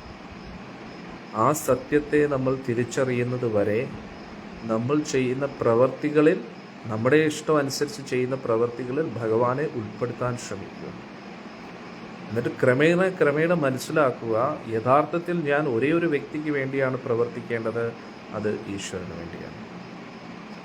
അദ്ദേഹത്തിന് വേണ്ടി നമ്മൾ പ്രവർത്തിക്കുമ്പോൾ മാത്രമാണ് എല്ലാം മംഗളകരമാകുന്നത്. അല്ലാതെ എന്ത് ചെയ്താലും അതൊന്നും നമ്മളെ തൃപ്തിപ്പെടുത്തത്തില്ല. കാരണം എന്തുകൊണ്ട്? നമ്മൾ ശരീരമല്ല. മറ്റെല്ലാ ബന്ധങ്ങളും ശരീരമായിട്ട് ബന്ധപ്പെട്ട ബന്ധങ്ങളാണ്. പക്ഷെ യഥാർത്ഥ ബന്ധം എന്താണ്? ആത്മീയ ബന്ധം. ആത്മീയ ബന്ധം ഒരിക്കലും മുറിയത്തില്ല. ബാക്കി എല്ലാ ബന്ധങ്ങളും മരണത്തോടുകൂടി തീരും. അല്ലെങ്കിൽ പിന്നെ ആ വ്യക്തിക്ക് ഇഷ്ടപ്പെടാത്ത എന്തെങ്കിലും ഒരു കാര്യം നമ്മൾ ചെയ്താൽ ഉടൻ തന്നെ ആ ബന്ധം അവിടെ തീരും. അല്ലെങ്കിൽ നമുക്ക് ഇഷ്ടപ്പെടാത്ത എന്തെങ്കിലും ആ കാര്യം ആ വ്യക്തി ചെയ്യുമ്പോൾ അതോടുകൂടി ബന്ധം തീർന്നു. നമ്മൾ പിന്നെ എത്ര അടുക്കാൻ ശ്രമിച്ചാലും ആ ബന്ധത്തിൽ തുടരാൻ നമുക്കൊരു പ്രചോദനം ലഭിക്കത്തില്ല. പക്ഷേ എത്രയൊക്കെ നമ്മൾ ഭഗവാൻ ഇഷ്ടപ്പെടാത്ത കാര്യങ്ങൾ ചെയ്താലും ഭഗവാനുമായിട്ടുള്ള ബന്ധം ഒരിക്കലും മുറിയുന്നില്ല. കാരണം എന്താ? നമ്മൾ ഈ ശരീരം കൊണ്ട് തെറ്റുകൾ ചെയ്യുന്നു, മനസ്സുകൊണ്ട് തെറ്റി ചിന്തിക്കുന്നു. പക്ഷേ ആത്മാവ് എപ്പോഴും പരിശുദ്ധമാണ്. ആത്മാവിന് പരമാത്മാവുമായിട്ട്, പരമോന്നതനായിട്ടുള്ള ഗുരുവായൂരപ്പനുമായിട്ടും ശ്രീമതി രാധാദേവിയായിട്ടും ഒരു ശാശ്വത ബന്ധമുണ്ട്. അന്നേരം നമ്മൾ ഭഗവാന്റെയും ശ്രീമതി രാധാറാണിയുടെയും നിത്യദാസന്മാരാണ്. അതാണ് നമ്മൾ മനസ്സിലാക്കുന്നത്. അന്നേരം ആ ഒരു ലക്ഷ്യം നമ്മൾ വീണ്ടും വീണ്ടും നമ്മളെ ഓർമ്മിപ്പിക്കണം. അതിനു വേണ്ടിയാണ് നമ്മൾ ഈ സത്സംഗമൊക്കെ ചർച്ച ചെയ്യുന്നതും അതൊക്കെ. അതിനു വേണ്ടി ആ ഒരു സത്യത്തെ നമ്മൾ മനസ്സിലാക്കാൻ വേണ്ടിയുള്ള ഒരു പ്രസ്ഥാനമാണ് നമ്മുടെ ഈ ഗോലോകം ട്രസ്റ്റ് എന്ന് പറയുന്നത്. അതിനു വേണ്ടിയാണ് ശ്രീല പ്രഭുപാദ്ജി ഹരേ കൃഷ്ണ പ്രസ്ഥാനം സ്റ്റാർട്ട് ചെയ്തത്. അന്നേരം ആ ഒരു പ്രസ്ഥാനത്തിൻ്റെ ഒരു ഭാഗമായിട്ടാണ് നമ്മൾ ഈ ഗോലോകം ട്രസ്റ്റ് രൂപീകരിച്ചിരിക്കുന്നത്. എന്തിനാണ് ഒരു ആശ്രമം ചിട്ടപ്പെടുത്തിയിരിക്കുന്നത് അതൊക്കെ. അന്നേരം പൊതുവെ പുറമേ ഒരു വ്യക്തി ഇതൊക്കെ കേൾക്കുമ്പോൾ അവർ വിചാരിക്കും എന്തോ ഈ ആശ്രമത്തിൻ്റെയൊക്കെ ആവശ്യം എന്താണ്, നമുക്ക് എല്ലായിടത്തും ഭഗവാനില്ലേ, നമുക്ക് ഏതെങ്കിലും അമ്പലത്തിൽ പോയാൽ പോരെ, നമ്മുടെ വീട്ടിൽ ഭഗവാനില്ലേ, പിന്നെ ഒരു ആശ്രമത്തിൽ പോകേണ്ട ആവശ്യം എന്താണ്? കാരണം നമ്മൾ നമ്മുടെ വീട്ടിൽ ഭഗവാനെ ഇരുത്തി പൂജിക്കുമ്പോൾ നമ്മുടേതായിട്ടുള്ള ദൈനംദിന കാര്യങ്ങളോടൊപ്പം ഭഗവാനെ വെച്ചിരിക്കുകയാണ്. മനസ്സിലായില്ലേ? ഇനി നാട്ടിലുള്ള പല അമ്പലങ്ങളിലും ഭഗവാന് പ്രധാനപ്പെട്ട സ്ഥാനം കൊടുക്കുന്നുണ്ടെങ്കിലും ആ പൂജാതി കർമ്മങ്ങൾക്കൊപ്പം അതിൻ്റേതായിട്ടുള്ള ഒരു സ്വാർത്ഥത എല്ലാവരും പുലർത്തുന്നുണ്ട്. അന്നേരം ഹരേ കൃഷ്ണ പ്രസ്ഥാനത്തിലും നമ്മുടേതായിട്ടുള്ള ഗോലോക ട്രസ്റ്റിൻ്റെ ആശ്രമത്തിലും പ്രഥമ ലക്ഷ്യം ഭഗവാന്റെ സന്തോഷം മാത്രമാണ്. അന്നേരം ആ മനസ്സുള്ള ഭക്തർ ഒത്തൊരുമിച്ച് വന്ന് കൂട്ടായ്മയോടുകൂടി സേവനം ചെയ്യുമ്പോൾ അതൊരു വേറൊരു അനുഭൂതി തന്നെയാണ്. അത് ഇപ്പോൾ കഴിഞ്ഞ രഥയാത്രയ്ക്ക് വന്ന എല്ലാ ഭക്തരും അവർ പറയുകയും ചെയ്തു, ഇങ്ങനൊരു സന്തോഷം ഇതുവരെയും ആർക്കും ഇതുവരെ കിട്ടിയിട്ടില്ല എന്ന് പറയും. കാരണം തലേ ദിവസം തന്നെ ഭക്തരെല്ലാവരും ഒത്തൊരുമിച്ച് വന്നു, അവരാരും ഉറങ്ങിയിട്ടില്ലെന്ന് പറയുന്നു. രാത്രിയോളം ഭഗവാന് വേണ്ടി പാചകം ചെയ്തുകൊണ്ടേയിരുന്നു. പിറ്റേ ദിവസവും രഥയാത്രയിൽ പങ്കെടുത്തു. അന്നേരം എത്രയോ ഉത്സവങ്ങളിൽ അവർ പങ്കെടുത്തിട്ടുണ്ട്. പക്ഷേ ഈ ഒരു സന്തോഷം അവർക്ക് എങ്ങും കിട്ടിയില്ല. കാരണം എന്താ, ഒരേ മനസ്സാണ് എല്ലാവരുടെയും. അന്നേരം അതിനു വേണ്ടിയുള്ള ഒരു വേദിയാണ് ഈ ഗോലോകം ട്രസ്റ്റ് എന്നുദ്ദേശിക്കുന്നത്. അന്നേരം ഈ ഗോലോകം ട്രസ്റ്റ് ഒരു നമ്മുടെ പ്രഭുപാദ്ജി ഹരേ കൃഷ്ണ പ്രസ്ഥാനം സ്റ്റാർട്ട് ചെയ്തതുപോലെ നമ്മൾ ഭക്ത കൂട്ടായ്മ, ഗുരുവായൂരപ്പ ഭക്തർക്ക് ഒത്തൊരുമിച്ച് സേവനം ചെയ്യാനുള്ളൊരു അവസരം നൽകുക എന്നതാണ് നമ്മുടെ ലക്ഷ്യം. അല്ലാതെ വേറൊന്നുമില്ല. ഭക്ത കൂട്ടായ്മ എത്രയോ ഉണ്ട്. ഒരുമിച്ച് പാരായണം ചെയ്യുന്ന ഗ്രൂപ്പുണ്ട്, യാത്ര ചെയ്യുന്ന ഗ്രൂപ്പുണ്ട്. പക്ഷേ ഈ ഗ്രൂപ്പ് കുറച്ച് ഡിഫറെൻ്റ് ആണ്. അതെന്തുകൊണ്ട് ഞാൻ സ്റ്റാർട്ട് ചെയ്തുകൊണ്ട് ഞാൻ പറയുന്നതാണോ? അല്ല, ഇത് നമ്മുടേതാണ്, നമ്മുടെ എല്ലാ ഭക്തരുടെയും. അന്നേരം ഇതിൻ്റെ ആ ഒരു പരിശുദ്ധിയെ നിലനിർത്തേണ്ടതായിട്ടുള്ള കർത്തവ്യം നമ്മളെല്ലാവർക്കും ഉണ്ട്. ഇതൊരിക്കലും കമേർഷ്യൽ ആകാൻ പാടില്ല. നമ്മളെല്ലാവരും ഒത്തൊരുമിച്ച് സേവനത്തിൽ ഫോക്കസ് ചെയ്ത് ചെയ്യുകയാണെങ്കിൽ അതാണ് അതിൻ്റെ ഭംഗി.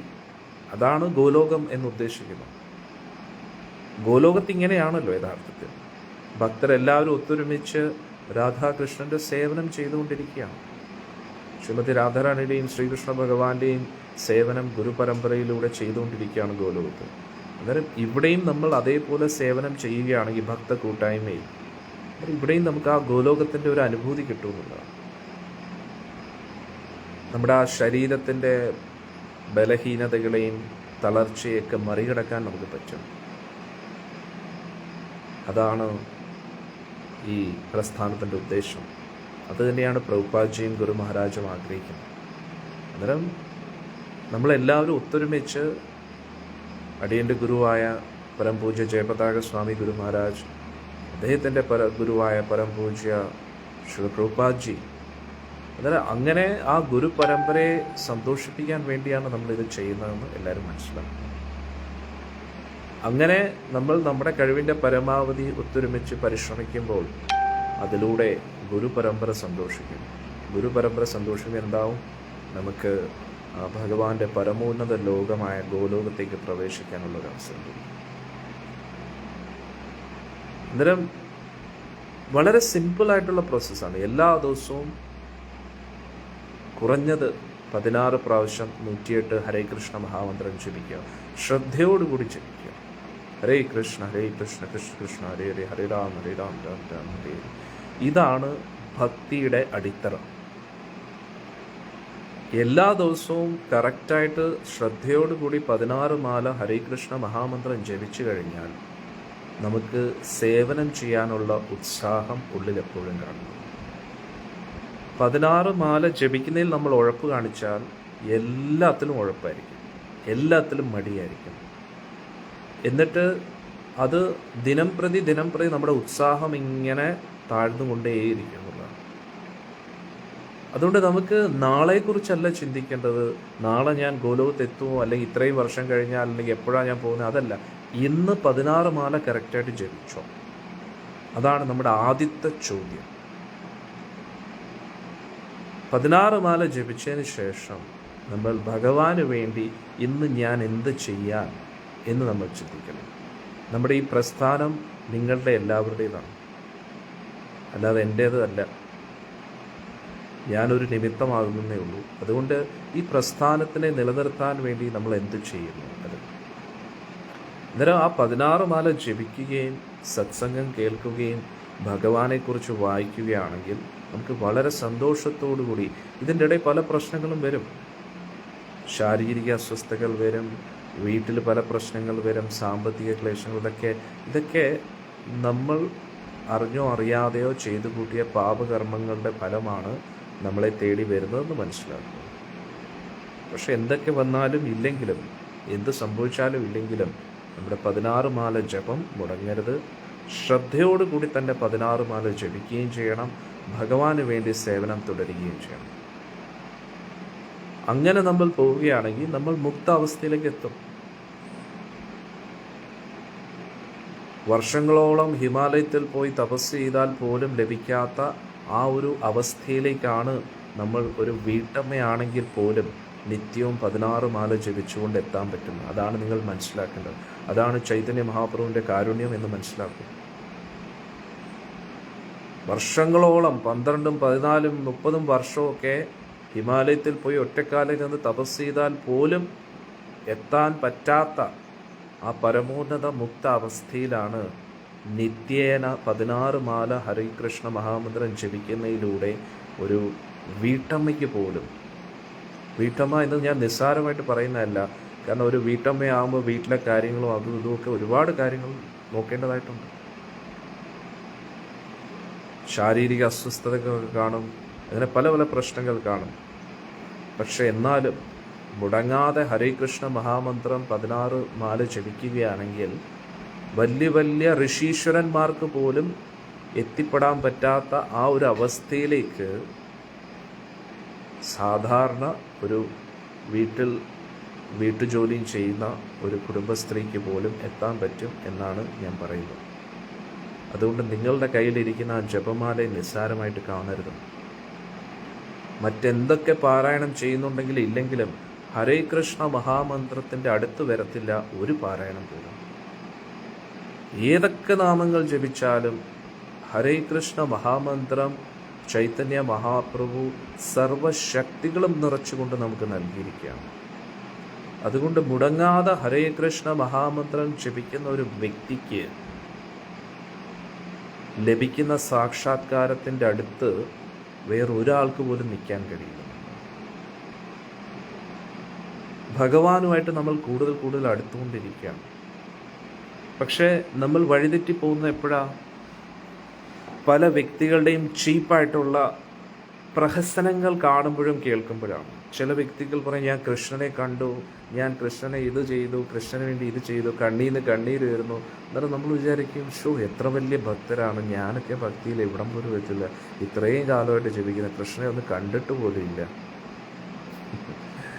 ഞാൻ നിങ്ങൾക്ക് ഉറപ്പ് നൽകാം, ഹരേ കൃഷ്ണ മഹാമന്ത്രം ജപിക്കാതെ കലിയുഗത്തിൽ ആർക്കും കൃഷ്ണനെ കാണാൻ കഴിയില്ല. കൃഷ്ണനെ കണ്ടു എന്നവർ അവകാശപ്പെടുന്നുണ്ടെങ്കിൽ അത് വെറും കള്ളത്തരം മാത്രമാണ്, പ്രഹസനം മാത്രമാണ്. അത് നിങ്ങൾക്ക് ബോധ്യപ്പെടണമെങ്കിൽ അവർ കണ്ടു എന്ന് അവകാശപ്പെട്ടതിന് ശേഷം അവരുടെ ജീവിതം എങ്ങനെയാണെന്ന് നിങ്ങൾ നോക്കൂ. യൂട്യൂബിലും ഫേസ്ബുക്കിലും വീഡിയോ വരുമ്പോൾ മാത്രം കണ്ണീര് വരും. അല്ലാത്ത സമയത്ത് അവർ കരയുന്നത് മുഴുവൻ അവരുടേതായിട്ടുള്ള കീശ നിറയ്ക്കാൻ വേണ്ടി മാത്രമേ. ഗുരുവായൂരപ്പൻ ഇങ്ങനെയാണ് അങ്ങനെയാണെന്നൊക്കെ കരഞ്ഞ് ആർക്കും പറയാൻ പറ്റും. സിനിമാ നടന്മാർക്കും നടിമാർക്ക് പോലും നന്നായി അഭിനയിക്കാൻ പറ്റും. സിനിമാ നടന്മാരുടെ അഭിനയം കണ്ടിട്ട് നമ്മൾ പോലും ചിലപ്പോൾ കരയാറുണ്ട്. പക്ഷേ കട്ട് എന്ന് പറയുമ്പോൾ തീർന്നുമില്ല. ആക്ഷൻ എന്ന് പറയുമ്പോൾ കരച്ചിൽ തുടങ്ങും, കട്ടെന്ന് പറയുമ്പോൾ കരച്ചിൽ തീരും. കാരണം അവരതിന് ട്രെയിൻഡാണ്. അതിനുള്ള ട്രെയിനിങ് അവർക്ക് ലഭിച്ചിട്ടുണ്ട്, അവർ പരിശീലിച്ചിട്ടുണ്ട്. അതാണ് അവരുടെ ഉപജീവനം.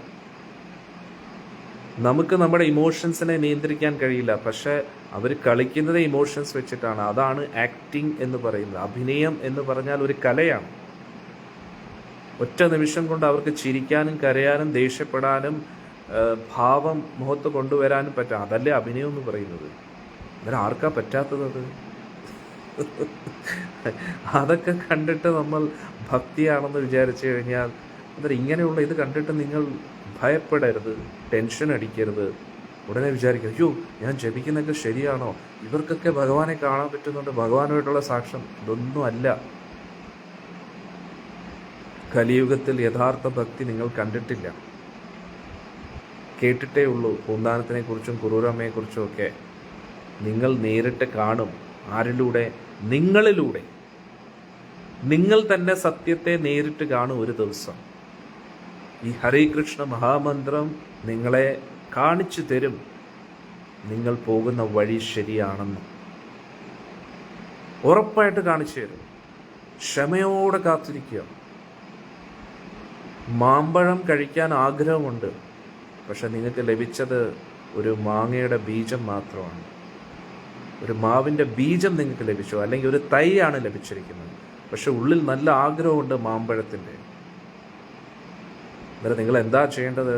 ക്ഷമയോടുകൂടി ആ തൈ നടുക, വെള്ളമൊഴിക്കുക, വളം കൊടുക്കുക. തെറ്റായിട്ടുള്ള കണ്ണുകൾ അതിൽ പെടാതെ നോക്കുക. ആരും അതിനെ വലിച്ചു പറിച്ച് കളയാതെ നോക്കുക. ആ തൈ വളരാൻ അനുവദിക്കുക. ഡെയിലി വെള്ളം ഒഴിച്ചുകൊണ്ടിരിക്കുക. നന്നായി വളം കൊടുത്തുകൊണ്ടിരിക്കുക. അതിനെ സംരക്ഷിക്കുക. അത് മെല്ലെ മെല്ലെ വളർന്ന് ഒരു വലിയൊരു തൈയായി, വലിയൊരു മരമായി അത് കായ്ക്കാൻ തുടങ്ങും. മാങ്ങ വരും, പക്ഷെ പഴുത്തിട്ടില്ല എന്ന് മനസ്സിലാക്കുക. അപ്പോഴും പച്ചയാണ്. അത് നന്നായി പഴുക്കണം. പഴുത്ത് നമുക്കൊരു ദിവസം ആ മാമ്പഴത്തിൻ്റെ രുചി അനുഭവിക്കാൻ പറ്റും. ഈ ലോകത്ത് നല്ല കാര്യങ്ങൾ നടക്കണമെങ്കിൽ ഒരുപാട് ക്ഷമ വേണം. ക്ഷമയില്ലാതെ നല്ലൊരു കാര്യം ഈ ലോകത്ത് നടക്കത്തില്ല. പെട്ടെന്ന് കാണുന്നതിനെല്ലാം അടിത്തറ സ്ട്രോങ് ആയിരിക്കത്തില്ല. അത് അഭിനയമായിരിക്കും, പ്രഹസനമായിരിക്കും എന്ന് മനസ്സിലാക്കുക. അത് അധികകാലം നിൽക്കത്തുമില്ലെന്ന് മനസ്സിലാക്കുക. ഭഗവാനെ നേരിട്ട് കണ്ടു എന്ന് അവകാശപ്പെടുന്ന വ്യക്തി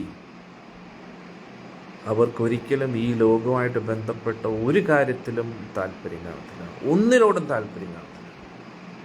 അവർ എപ്പോഴും ഭഗവാനിൽ തന്നെ ഉറച്ചു നിൽക്കും. ഭഗവാന് വേണ്ടി എല്ലാം ഉപേക്ഷിച്ച് അവർ ഭഗവാന് വേണ്ടി മാത്രം ജീവിക്കുന്ന വ്യക്തികളായിരിക്കും. ഭഗവാന്റെ സന്തോഷത്തിന് വേണ്ടി മാത്രം ജീവിക്കുന്ന വ്യക്തികളായിരിക്കും. 24 മണിക്കൂറും നാവിൻ്റെ തുമ്പത്തിൽ നിന്നും നാമം അവരുടെ പോകത്തില്ല. ഇനി ചില വ്യക്തികൾ ഞാൻ എപ്പോഴും നാമം ജപിച്ചുകൊണ്ടിരിക്കുകയാണ്, ഇങ്ങനെയുള്ള കള്ളം പറയുന്ന ആൾക്കാർ.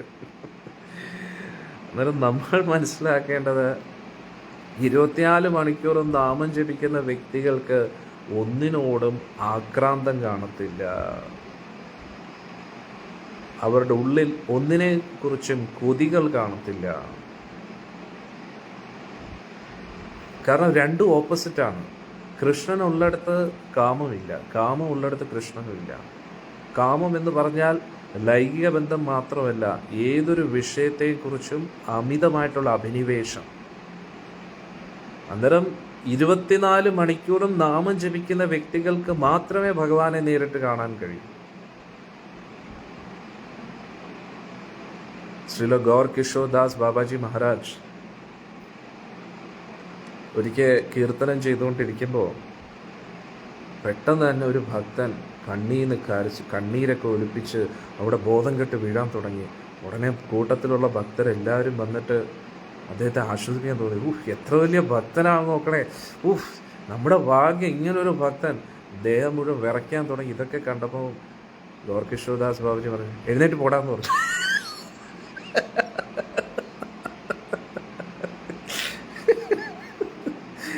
എഴുന്നേറ്റ് പോടാന്ന് പറഞ്ഞു.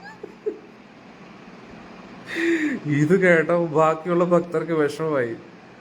ഇത് വിഷമമായിട്ട് കുറെ ഭക്തര് ആ ഭക്തന്റെ ഇത് പറഞ്ഞ ഉടനെ ആ ഭക്തൻ എഴുന്നേറ്റ് പോവുകയും ചെയ്ത്. കൂട്ടത്തിൽ ബാക്കിയുള്ള ഭക്തരും കുറെ പേര് വിഷമിച്ചു പോയി. ഗോർകിഷോർദാസ് ബാബുജി മഹാരാജ് എന്തോ ഇത്രയും വലിയ എന്താ ഇങ്ങനെ കാണിക്കുന്നതെന്നൊക്കെ വിചാരിച്ചിട്ട് അവരും കൂട്ടത്തിൽ ഇറങ്ങിപ്പോയെന്നുള്ളതാണ്. അന്നേരം ബാക്കിയുള്ള ഭക്തർ ചോദിച്ചു, ആ വ്യക്തിക്ക് ഭക്തിയുടെ എല്ലാ ലക്ഷണങ്ങളും ഉണ്ടായിരുന്നു എന്നൊക്കെ പറയുന്നു. അന്നേരം ഗോർകിഷോർദാസ് ബാബുജി മഹാരാജ് പറയോ, പകലും രാത്രിയും, വളരെ ഇമ്പോർട്ടൻ്റ് വാക്കാണ്. ഒരു യഥാർത്ഥ ഭക്തനെ, അത് നമ്മളെ തന്നെ നമുക്ക് പരിശോധിക്കാം. ഓക്കെ, പകലും രാത്രിയും ഉറങ്ങാതെ, ഭക്ഷണം പോലും കഴിക്കാതെ, നോട്ട് ദ പോയിന്റ്, നമ്മുടെ ഉള്ളിൽ യഥാർത്ഥ ഭക്തി ഉണ്ടോ ഇല്ലയോ എന്ന് നമുക്ക് പരിശോധിക്കാം. അല്ലെങ്കിൽ എത്രത്തോളം ഭക്തി കൂടി എന്ന് നമുക്ക് പരിശോധിക്കാനുള്ള ഒരു ടെസ്റ്റാണ് ഗോർകിഷോർദാസ് ബാബാജി മഹാരാജ് പറയുന്നത്. ആരാണ് ഗോർകിഷോർദാസ് ബാബാജി മഹാരാജ്? ഗോർകിഷോർദാസ് ബാബാജി മഹാരാജിന്റെ ശിഷ്യനാണ് ശിലഭക്തി സിദ്ധാന്ത സരസ്വതി ഠാക്കൂർ. ശിലഭക്തി സിദ്ധാന്ത സരസ്വതി ഠാക്കൂറിന്റെ ശിഷ്യനാണ് നമ്മുടെ ശിലപ്രഭുപാദ്. മനസ്സിലാവുന്നുണ്ടോ?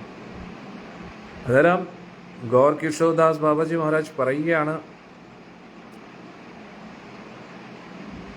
പകലും രാത്രിയും തുടർച്ചയായിട്ട് ഭക്ഷണം പോലും കഴിക്കാതെ ഉറങ്ങാതെ ഹരേ കൃഷ്ണ മഹാമന്ത്രം ആർക്കാണോ ജപിക്കാൻ കഴിയുന്നത്, അതും പേരിന് വേണ്ടി ജപിക്കുകയല്ല, ജപിക്കുന്നതിനോടൊപ്പം ഉള്ളിൻ്റെ ഉള്ളിൽ നിന്നും ഭഗവാനോട് പ്രാർത്ഥിക്കുന്നു, ആ പരമോന്നത മഹാശക്തിയായ ശ്രീമതി രാധാദേവിയുടെ ദാസിയാക്കണേ കൃഷ്ണ എന്നെ എന്ന് ആരാണോ പ്രാർത്ഥിക്കുന്നത് അവർക്കാണ് കൃഷ്ണന്റെ കാരുണ്യം കിട്ടാൻ പോകുന്നത്.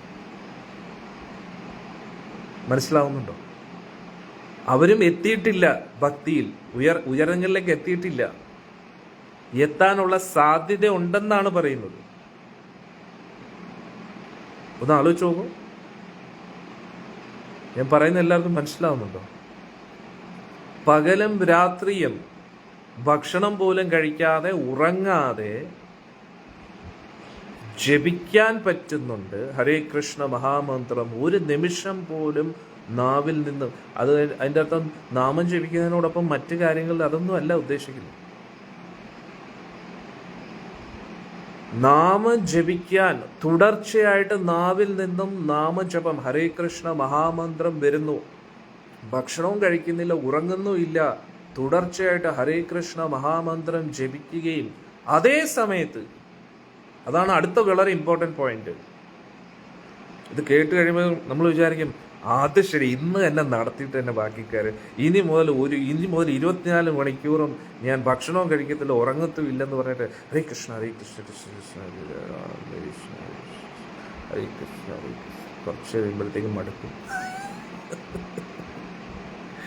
അത് നമ്മളെ കൊണ്ട് പറ്റത്തില്ല. അതിൻ്റെ അർത്ഥം പറ്റരുത് എന്നല്ല, നമ്മൾ ശ്രമിച്ചുകൊണ്ടേ ഇരിക്കണം. ജീവിതാന്ത്യ വേളയിലെങ്കിലും ആ ഒരു അവസ്ഥയിലേക്ക് എത്തണം. അവരെയാണ് പരമഹംസർ എന്ന് പറയുന്നത്. അല്ലാതെ പേരിനൊരു പരമഹംസരായിട്ട് കാര്യമില്ല. യഥാർത്ഥ പരമഹംസ അവസ്ഥ എന്ന് പറഞ്ഞു കഴിഞ്ഞാൽ ശോഭന മാതാജി പറയുന്ന ആരെ കൊണ്ട് സാധിക്കില്ല, മാതാജിയെ കൊണ്ട് സാധിക്കാത്തതുകൊണ്ട് ആർക്കും സാധിക്കത്തില്ല എന്ന് മാതാജി വിചാരിക്കണം.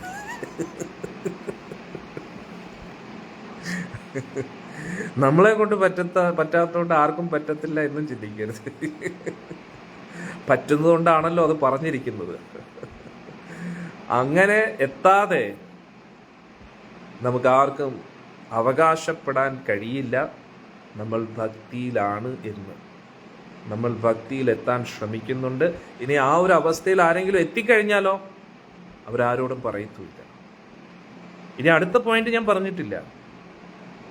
24 മണിക്കൂറും ഭക്ഷണവും കഴിക്കാതെ ഉറങ്ങാതെ തുടർച്ചയായിട്ട് ഹരേ കൃഷ്ണ മഹാമന്ത്രം ജപിക്കുകയും ഉള്ളിൻ്റെ ഉള്ളിൽ നിന്ന് ആ ജപത്തിലൂടെ കൃഷ്ണനോട് പ്രാർത്ഥിക്കുകയാണ്, ആ അങ്ങയുടെ പ്രിയപ്പെട്ട ശ്രീമതി രാധാദേവിയുടെ സേവനത്തിൽ എന്നെ ഏർപ്പെടുത്തൂ കൃഷ്ണ എന്ന് മുടങ്ങാതെ ജപിക്കാൻ കഴിയുന്നു. പക്ഷേ ഇതാരെയും അറിയിക്കാത്ത വ്യക്തി, പോയിന്റ് ടു ബി നോട്ടഡ്. മനസ്സിലാവുന്നുണ്ടോ? ഇതാരെയും അറിയിക്കുന്നുമില്ല. എല്ലാവരും അറിഞ്ഞോ 24 മണിക്കൂറാണ് ഞാൻ ഭക്ഷണം കഴിച്ചിട്ടില്ല, ഉറങ്ങിയിട്ടുമില്ല, തുടർച്ചയായിട്ട് ഹരേ കൃഷ്ണ മന്ത്രം ജപിച്ചുകൊണ്ടിരിക്കുകയായിരുന്നു. എന്നിട്ട് കണ്ണീരൊന്നും ഞാൻ കൃഷ്ണനെ നേരിട്ട് കണ്ടു, ഒന്നും പറയത്തില്ല.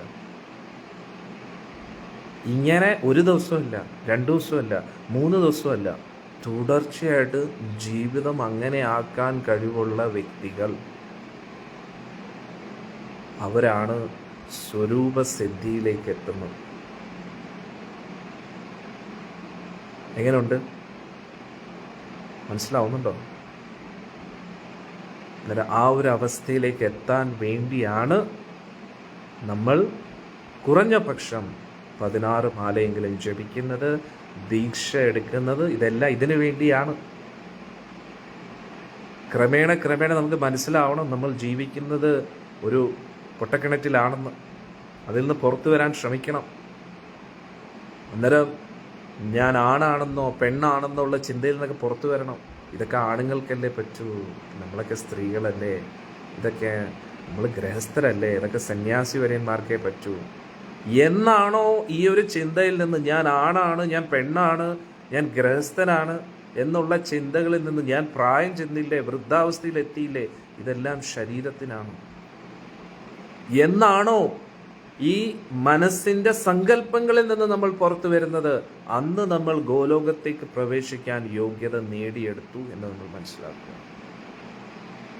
ആരെയും അറിയിക്കാതെ ഭക്ഷണം പോലും കഴിക്കാൻ താല്പര്യമില്ല, ഉറങ്ങാനും താല്പര്യമില്ല, പകലും രാത്രിയൊന്നുമില്ല, ഹരേ കൃഷ്ണ കൃഷ്ണ കൃഷ്ണ ഹരേ ഹരേ, ഹരേ രാം രാം രാം ഹരേ ഹരേ, ആ ഹരേ കൃഷ്ണ മന്ത്രത്തിൽ മുങ്ങി ഭഗവാനോട് ഓരോ നിമിഷവും യാചിച്ചു കൊണ്ടിരിക്കുന്നു, കൃഷ്ണ കൃഷ്ണ കാരുണ്യം നൽകൂ, അങ്ങയുടെ പ്രിയപ്പെട്ട ശ്രീമതി രാധാദേവിയുടെ സേവനത്തിൽ എന്നെ ഏർപ്പെടുത്തൂ എന്ന് പ്രാർത്ഥിക്കാൻ കഴിവുള്ള വ്യക്തി, അവരാണ് കിടിലങ്ങൾ, അവരാണ് യഥാർത്ഥ ഭക്തൻ. അവർക്ക് മാത്രമേ ആ പരമോന്നത ഭഗവാനെ നേരിട്ട് കാണാനും സംസാരിക്കാനും പറ്റൂ. അവർക്ക് മാത്രമേ ഗോലോകത്തിലേക്ക് പ്രവേശിക്കാൻ കഴിയൂ. ഇതാണ് ഭക്തിയുടെ ഏറ്റവും ഉയർന്ന അവസ്ഥ എന്ന് മനസ്സിലാക്കുക. ഇതാണ് ഭക്തിയുടെ ഏറ്റവും പരമോന്നത അവസ്ഥ. ആ അവസ്ഥയിലാണ് ഗൗർ കിഷോർദാസ് ബാബാജി മഹാരാജ്, ആ അവസ്ഥയിലാണ് ശില ഭക്തി സിദ്ധാന്ത സരസ്വതി ഠാക്കൂർ, ആ അവസ്ഥയിലാണ് ശില ഭക്തി വിനോദ് ഠാക്കൂർ, ആ അവസ്ഥയിലാണ് ജഗന്നാഥ് ദാസ് ബാബാജി മഹാരാജ്, ആ അവസ്ഥയിലാണ് എല്ലാ ഗോസ്വാമിമാരും, ആ അവസ്ഥയിലാണ് പ്രഭുപാദ്ജി, ആ അവസ്ഥയിലാണ് ഗുരു മഹാരാജ്. അവരെപ്പോഴും ഈ ഒരു അവസ്ഥയിലാണ്. അവർക്ക് ഭഗവാൻ എന്നുള്ളൊരു ചിന്തയല്ലാതെ അതിനപ്പുറം വേറൊന്നും ഇല്ല. സദാസമയം ഹരേ കൃഷ്ണ മഹാമന്ത്രം ജപിക്കുകയും ഭഗവാനോട് യാചിച്ചു കൊണ്ടിരിക്കുകയാണ്, രാധാദേവിയുടെ സേവനത്തിൽ എന്നെ ഏർപ്പെടുത്തൂ, രാധാദേവിയുടെ സേവനത്തിൽ എന്നെ ഏർപ്പെടുത്തൂ, രാധാദേവിയുടെ സേവനത്തിൽ ഏർപ്പെടുത്തൂ എന്ന്. ആ ഒരു പ്രാർത്ഥന മാത്രമേ ഉള്ളൂ. എന്നിട്ട് മറ്റുള്ളവരെ ഈ ഒരു വഴിയിലേക്ക് കൊണ്ടുപോകാൻ അവർ നിരന്തരം ശ്രമിച്ചുകൊണ്ടേയിരിക്കും. അവരുടെ കാരുണ്യം.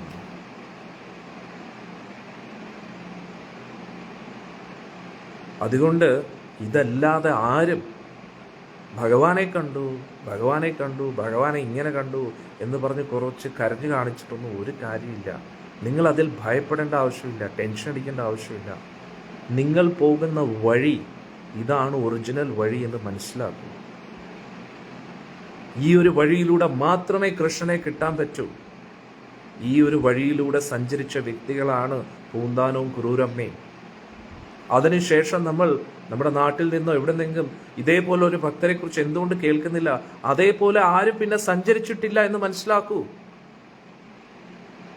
എല്ലാവരും കപടഭക്തിയാണ് കാണിച്ചുകൊണ്ടിരിക്കുന്നത്.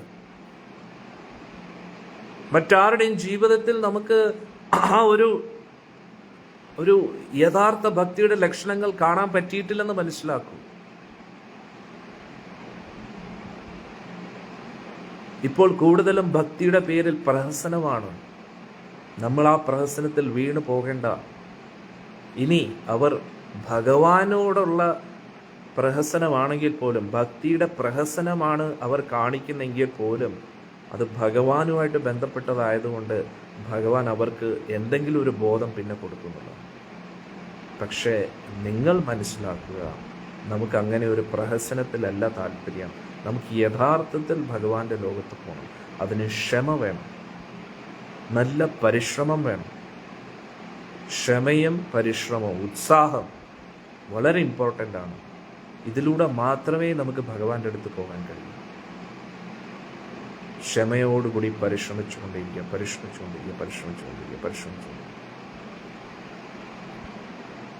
നമ്മൾ വീട്ടിൽ കിണർ കുഴിക്കുന്നു വെള്ളം കിട്ടാൻ വേണ്ടി. ഒറ്റയടിക്ക് വെള്ളം കിട്ടത്തില്ലല്ലോ. കുഴിച്ച് പോകണം. ആദ്യം എവിടെ കുഴിച്ചാൽ വെള്ളം കിട്ടും എന്നൊരു ഉറപ്പ് വേണം. എന്നാൽ ഈ ഒരു ഗുരു പരമ്പരയിലൂടെ ആചാര്യന്മാർ ഭഗവാന്റെ അടുത്ത് എത്തിയിട്ടുണ്ട്.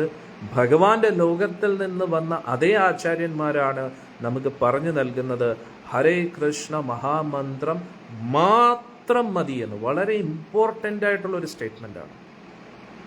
ഹരേ കൃഷ്ണ മഹാമന്ത്രം മാത്രം. നമുക്ക് ഇഷ്ടമനുസരിച്ച് എന്ത് വേണമെങ്കിലും ജപിക്കാം.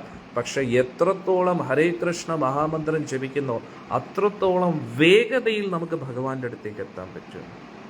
കാരണം ഈ ഹരേ കൃഷ്ണ മഹാമന്ത്രം വരുന്നത് തന്നെ ഗോലോകത്തിൽ നിന്നാണ്.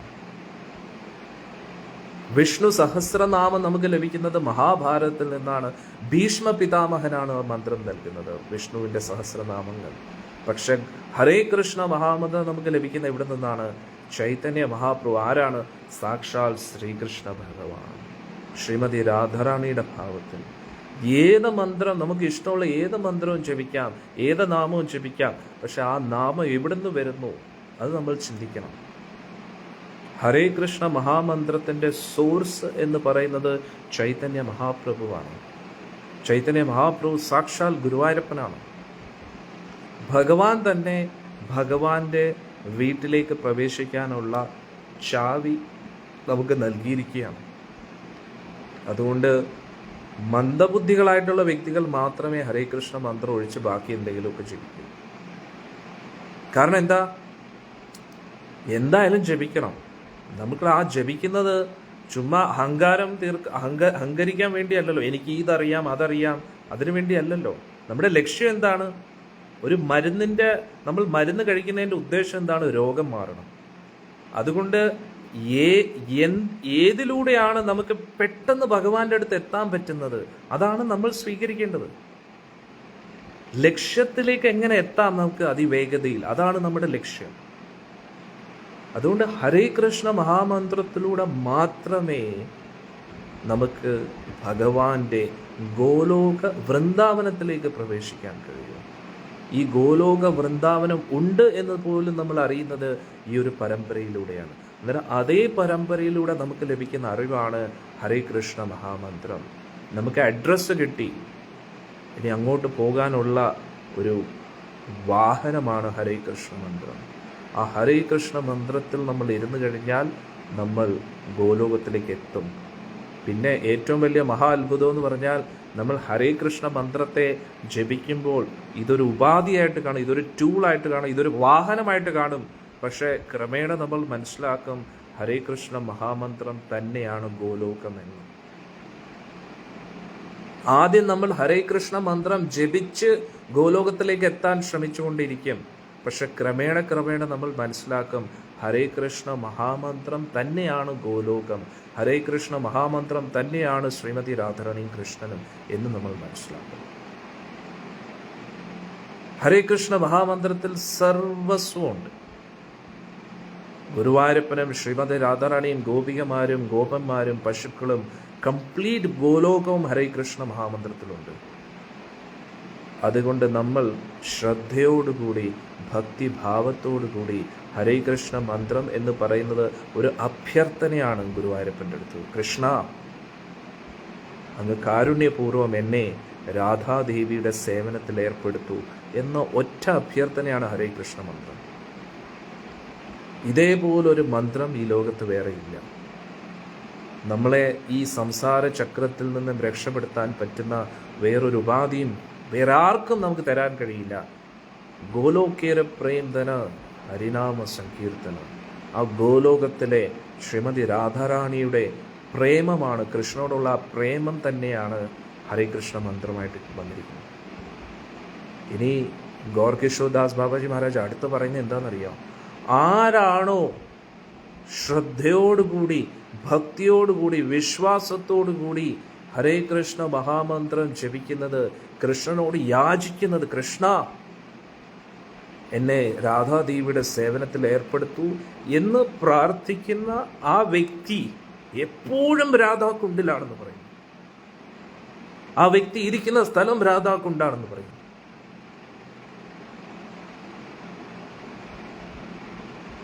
അന്നേരം രാധാദേവിയുടെ സേവനത്തിൽ എന്നെ ഏർപ്പെടുത്തൂ കൃഷ്ണ എന്ന് പറഞ്ഞുകൊണ്ട് നമ്മൾ മനസ്സിൽ വിചാരിച്ചുകൊണ്ട് ഹരേ കൃഷ്ണ കൃഷ്ണ കൃഷ്ണ ഹരേ ഹരേ, രാം രാം രാം രാം ഹരേ ഹരേ ഇങ്ങനെ ജപിക്കുമ്പോൾ നമ്മൾ ഇരിക്കുന്ന സ്ഥലം രാധാകുണ്ട് തന്നെയാണ്.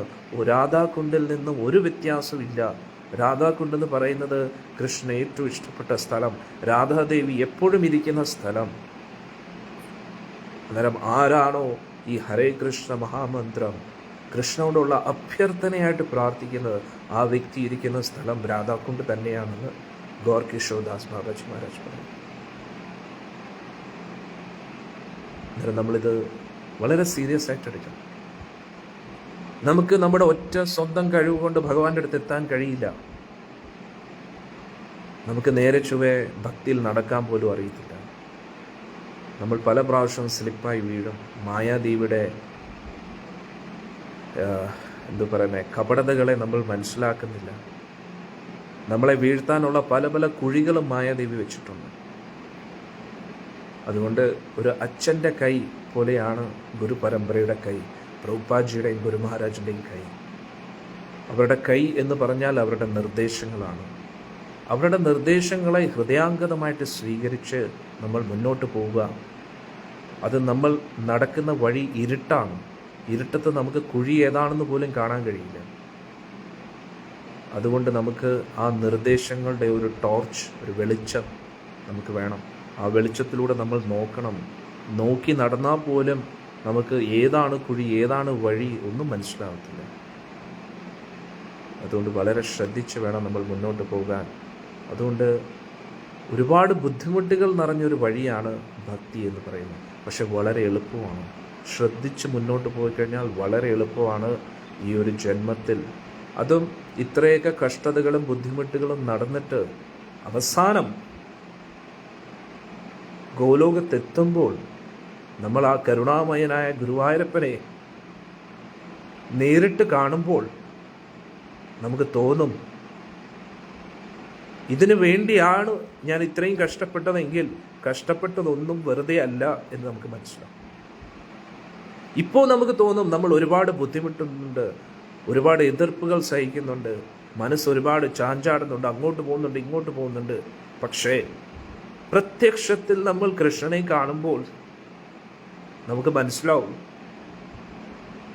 ഇതിനു വേണ്ടി ഞാൻ അനുഭവിച്ച വേദനകളും യാതനകളും ഒന്നുമല്ല. കാരണം ഇപ്പോൾ ലഭിച്ച ആ ഒരു പരമ സൗഭാഗ്യം ഇതിനോട് ഒന്നിനെ ഉപമിക്കാൻ കഴിയില്ല. ഞാൻ അനുഭവിച്ച വേദനകളും ബുദ്ധിമുട്ടുകളും ഒന്നുമല്ല എന്ന് നമുക്ക് അന്നേരം ബോധ്യപ്പെടും. അതുകൊണ്ട് വളരെ ശ്രദ്ധയോടുകൂടി, വിശ്വാസത്തോടുകൂടി മുന്നോട്ട് പോവുക. നമുക്കിനി തിരിഞ്ഞു നോക്കേണ്ട ആവശ്യമില്ല. ഭഗവാന്റെ സേവനം ചെയ്യുക. പിന്നെ നമ്മളെ വഴിതെറ്റിക്കാനും പല രീതിയിലും നമ്മുടെ ലക്ഷ്യത്തിൽ നിന്ന് നമ്മളെ മാറ്റാനും പല പല വ്യക്തികളും വരും. കാരണം അവർക്കിതിൻ്റെ മഹത്വം അറിഞ്ഞുകൂടാ എന്ന് നമ്മൾ ആദ്യം മനസ്സിലാക്കുക. നമ്മൾ പോകുന്ന വഴി അത് വളരെ വ്യത്യസ്തമായിട്ടുള്ള ഒരു വഴിയാണ്. ഇന്ന് ലോകത്ത് 99% ആൾക്കാരും വേറൊരു വഴിയിലൂടെയാണ് പോകുന്നത്. ആ 99% വ്യക്തികളും പോകുന്ന വഴിയിൽ നിന്നും വ്യത്യസ്തമായിട്ടുള്ള ഒരു വഴിയിലൂടെയാണ് നമ്മൾ പോകുന്നത്. കാരണം നമ്മുടെ ലക്ഷ്യം വ്യത്യസ്തമാണ്. ഈ 99% ആൾക്കാരുടെയും ലക്ഷ്യമല്ല നമ്മുടെ ലക്ഷ്യം. നമ്മുടെ ലക്ഷ്യം ഭഗവാനാണ്. 99% വ്യക്തികളുടെയും ലക്ഷ്യം മായയുടെ ആസ്വാദനമാണ്. അതുകൊണ്ട് നമ്മൾ വ്യത്യസ്തരാണ്. നമ്മുടെ ചിന്തകൾ വ്യത്യസ്തമാണ്. നമ്മുടെ പെരുമാറ്റം, ആഗ്രഹങ്ങളെല്ലാം വ്യത്യസ്തമാണ്. അതുകൊണ്ട് നമ്മൾ വിഷമിക്കേണ്ട ആവശ്യമില്ല. നമ്മുടെ ബന്ധുക്കൾ നമ്മളെ അംഗീകരിക്കുന്നില്ല, നമ്മുടെ കൂട്ടുകാർ അംഗീകരിക്കുന്നില്ല, സമൂഹം നമ്മളെ ഒരു തെറ്റായിട്ട് നോക്കുന്നു, അതെല്ലാം ചിന്തിക്കേണ്ട ആവശ്യമില്ല. കാരണം നമ്മുടെ വഴി വ്യത്യസ്തമാണ്. നമ്മൾ വ്യത്യസ്തരാണ്. കാരണം നമ്മൾ ഭഗവാന് പ്രിയപ്പെട്ട വ്യക്തികളാണ് എന്ന് മനസ്സിലാക്കും. പൂന്താനം നമ്പൂതിരിപ്പാട് ഉള്ളിടത്തോളം കാലം അദ്ദേഹത്തെ ഭ്രാന്തൻ എന്നാണ് എല്ലാവരും വിളിച്ചുകൊണ്ടിരുന്നത്. അദ്ദേഹത്തിന് വട്ടാണെന്നായിരുന്നു എല്ലാവരും പറഞ്ഞുകൊണ്ടിരുന്നത്. കുറൂരമ്മയെ അങ്ങനെ തന്നെയാണ് കണ്ടത്. അന്നേരം നമ്മളൊക്കെ എന്താണ് ഈ ലോകത്തിൽ നിന്ന് പ്രതീക്ഷിക്കുന്നത്? ആത്മാർത്ഥമായിട്ട് ഭക്തിയുടെ മാർഗത്തിൽ പോയി കഴിഞ്ഞാൽ എല്ലാവരും നമ്മളെ എപ്പോഴും കുറ്റപ്പെടുത്തത്തേ ഉള്ളൂ. കാരണം അവർ പോകുന്ന വഴിയിലൂടെയല്ല നമ്മൾ സഞ്ചരിക്കുന്നത്. അതുകൊണ്ട് മറ്റുള്ളവർ കുറ്റപ്പെടുത്തുന്നതോ വിഷമിപ്പിക്കുന്നതിലോ നമ്മൾ വിഷമിക്കേണ്ട ആവശ്യമില്ല. അവരുടെ അവസ്ഥ നമ്മൾ മനസ്സിലാക്കുക. അവർക്ക് അത്രത്തോളം അറിവേ ഉള്ളൂ എന്ന് നമ്മൾ മനസ്സിലാക്കുക. അവരെ വെറുക്കാനും പാടില്ല. അവരുടെ അവസ്ഥ മനസ്സിലാക്കുക. എന്നിട്ട് നമുക്ക് ലഭിച്ച കാരുണ്യത്തെക്കുറിച്ച് മനസ്സിലാക്കുക. അതുകൊണ്ട് അവർ പറയുന്നത് കൊണ്ട് നമ്മൾ നമ്മുടെ വഴി നിർത്തരുത്. അത് ഏറ്റവും വലിയ മണ്ടത്തരമായിരിക്കും. നമുക്ക് തന്നെ പ്രചോദനം കൊടുത്തുകൊണ്ട് നമ്മൾ മുന്നോട്ട് നീങ്ങുക. കാരണം ഇതിൻ്റെ അന്ത്യം വളരെ മധുരമായിരിക്കും. പക്ഷെ ആ 99% വ്യക്തികളുടെയും അന്ത്യം വളരെ വികൃതമായിരിക്കും. അവർക്കൊന്നും നേടിയെടുക്കാൻ കഴിയുന്നില്ല. നമ്മൾ പലതും കേട്ടിട്ടുണ്ട്. പല വ്യക്തികളുടെയും ജീവിതത്തിൽ എന്താ നടക്കുന്നത് നമ്മൾ കണ്ടിട്ടുണ്ട്, നമ്മൾ അനുഭവിച്ചിട്ടുമുണ്ട്. അതുകൊണ്ട് അവരുടെ ജീവിതത്തിലൂടെ ഒന്നും നേടിയെടുക്കാൻ ഒരിക്കലും കഴിയില്ല. എത്ര ജന്മങ്ങളോ നമ്മൾ അങ്ങനെ ജീവിച്ചു കഴിഞ്ഞു. ഇനി ഉള്ള ജീവിതം ഈ ഒരു വഴിയിൽ വളരെ സീരിയസ് ആയിട്ട് നമ്മൾ മുന്നോട്ട് പോകുക. വേറൊന്നുമില്ല. ഹരേ കൃഷ്ണ മഹാമന്ത്രം മാത്രം മതി. ശ്രദ്ധയോടെ കുറഞ്ഞത് ഒരു 16 മാല ഹരേ കൃഷ്ണ മഹാമന്ത്രം ശ്രദ്ധയോടുകൂടി ജപിക്കൂ. അഹങ്കരിക്കാതിരിക്കൂ. എപ്പോഴും ഉള്ളിൽ വിനയാന്വിതനായിട്ടിരിക്കൂ. എല്ലാം ഭഗവാന്റെ കാരുണ്യം എന്ന് ചിന്തിക്കൂ. അപ്പോൾ ഭഗവാൻ പ്രചോദനം നൽകും കൂടുതൽ ജപിക്കാൻ വേണ്ടി. അങ്ങനെ കൂടുതൽ ജപിക്കൂ. ജീവിതാന്ത്യ വേളയിൽ തുടർച്ചയായിട്ട് ഹരേ കൃഷ്ണ മഹാമന്ത്രം ജപിക്കൂ. കാരണം ഭഗവാൻ നമുക്ക് പറഞ്ഞു നൽകും, മോനെ മോളെ, ഇനി അധികം സമയം നിനക്കില്ല. ഏതാനും നിമിഷങ്ങൾക്കകം നീ എൻ്റെ അടുത്ത് ഇവിടുന്ന് പോകേണ്ട സമയമായി. അപ്പോൾ പിന്നെ ഒന്നും ചിന്തിക്കരുത്. എത്ര സമയമായെന്ന് ചിന്തിക്കരുത്. ഭക്ഷണം, ഉറക്കം അതൊന്നും ചിന്തിക്കാതെ തുടർച്ചയായിട്ട് ഹരേ കൃഷ്ണ മഹാമന്ത്രം ജപിക്കും. നമ്മൾ എല്ലാ ദിവസവും 16 മാല ജപിക്കുന്നത് ആ ജപത്തിൻ്റെ മഹത്വം മനസ്സിലാക്കാൻ വേണ്ടിയാണ്. പക്ഷെ എപ്പോഴാണോ നമുക്ക് ബോധ്യമായത് ഇനി അധികം കാലം ഇവിടെ ഇല്ല എന്ന് ബോധ്യപ്പെട്ട പിന്നെ വേറെ ഒന്നും ചെയ്യരുത്. തുടർച്ചയായിട്ട് ഹരേ കൃഷ്ണ മഹാമന്ത്രം ജപിക്കും. എത്ര ഭക്ഷണം കഴിച്ചാലും പിന്നെ ഈ ശരീരം ഇവിടെ നിലനിൽക്കത്തില്ല എന്ന് മനസ്സിലാക്കുക. എത്ര ഉറങ്ങിയാലും മനസ്സിന് ഒരിക്കലും ഉറക്കത്തിൽ തൃപ്തിയാകത്തില്ല എന്ന് മനസ്സിലാക്കുക. ഒരിക്കൽ നമുക്ക് ബോധ്യപ്പെട്ടോ ഇനി അധികകാലം ഇവിടെ ഇല്ല എന്ന് മനസ്സിലായി കഴിഞ്ഞാൽ പിന്നെ നമുക്ക് ഒറ്റ ഒരു ലക്ഷ്യമേ ഉള്ളൂ.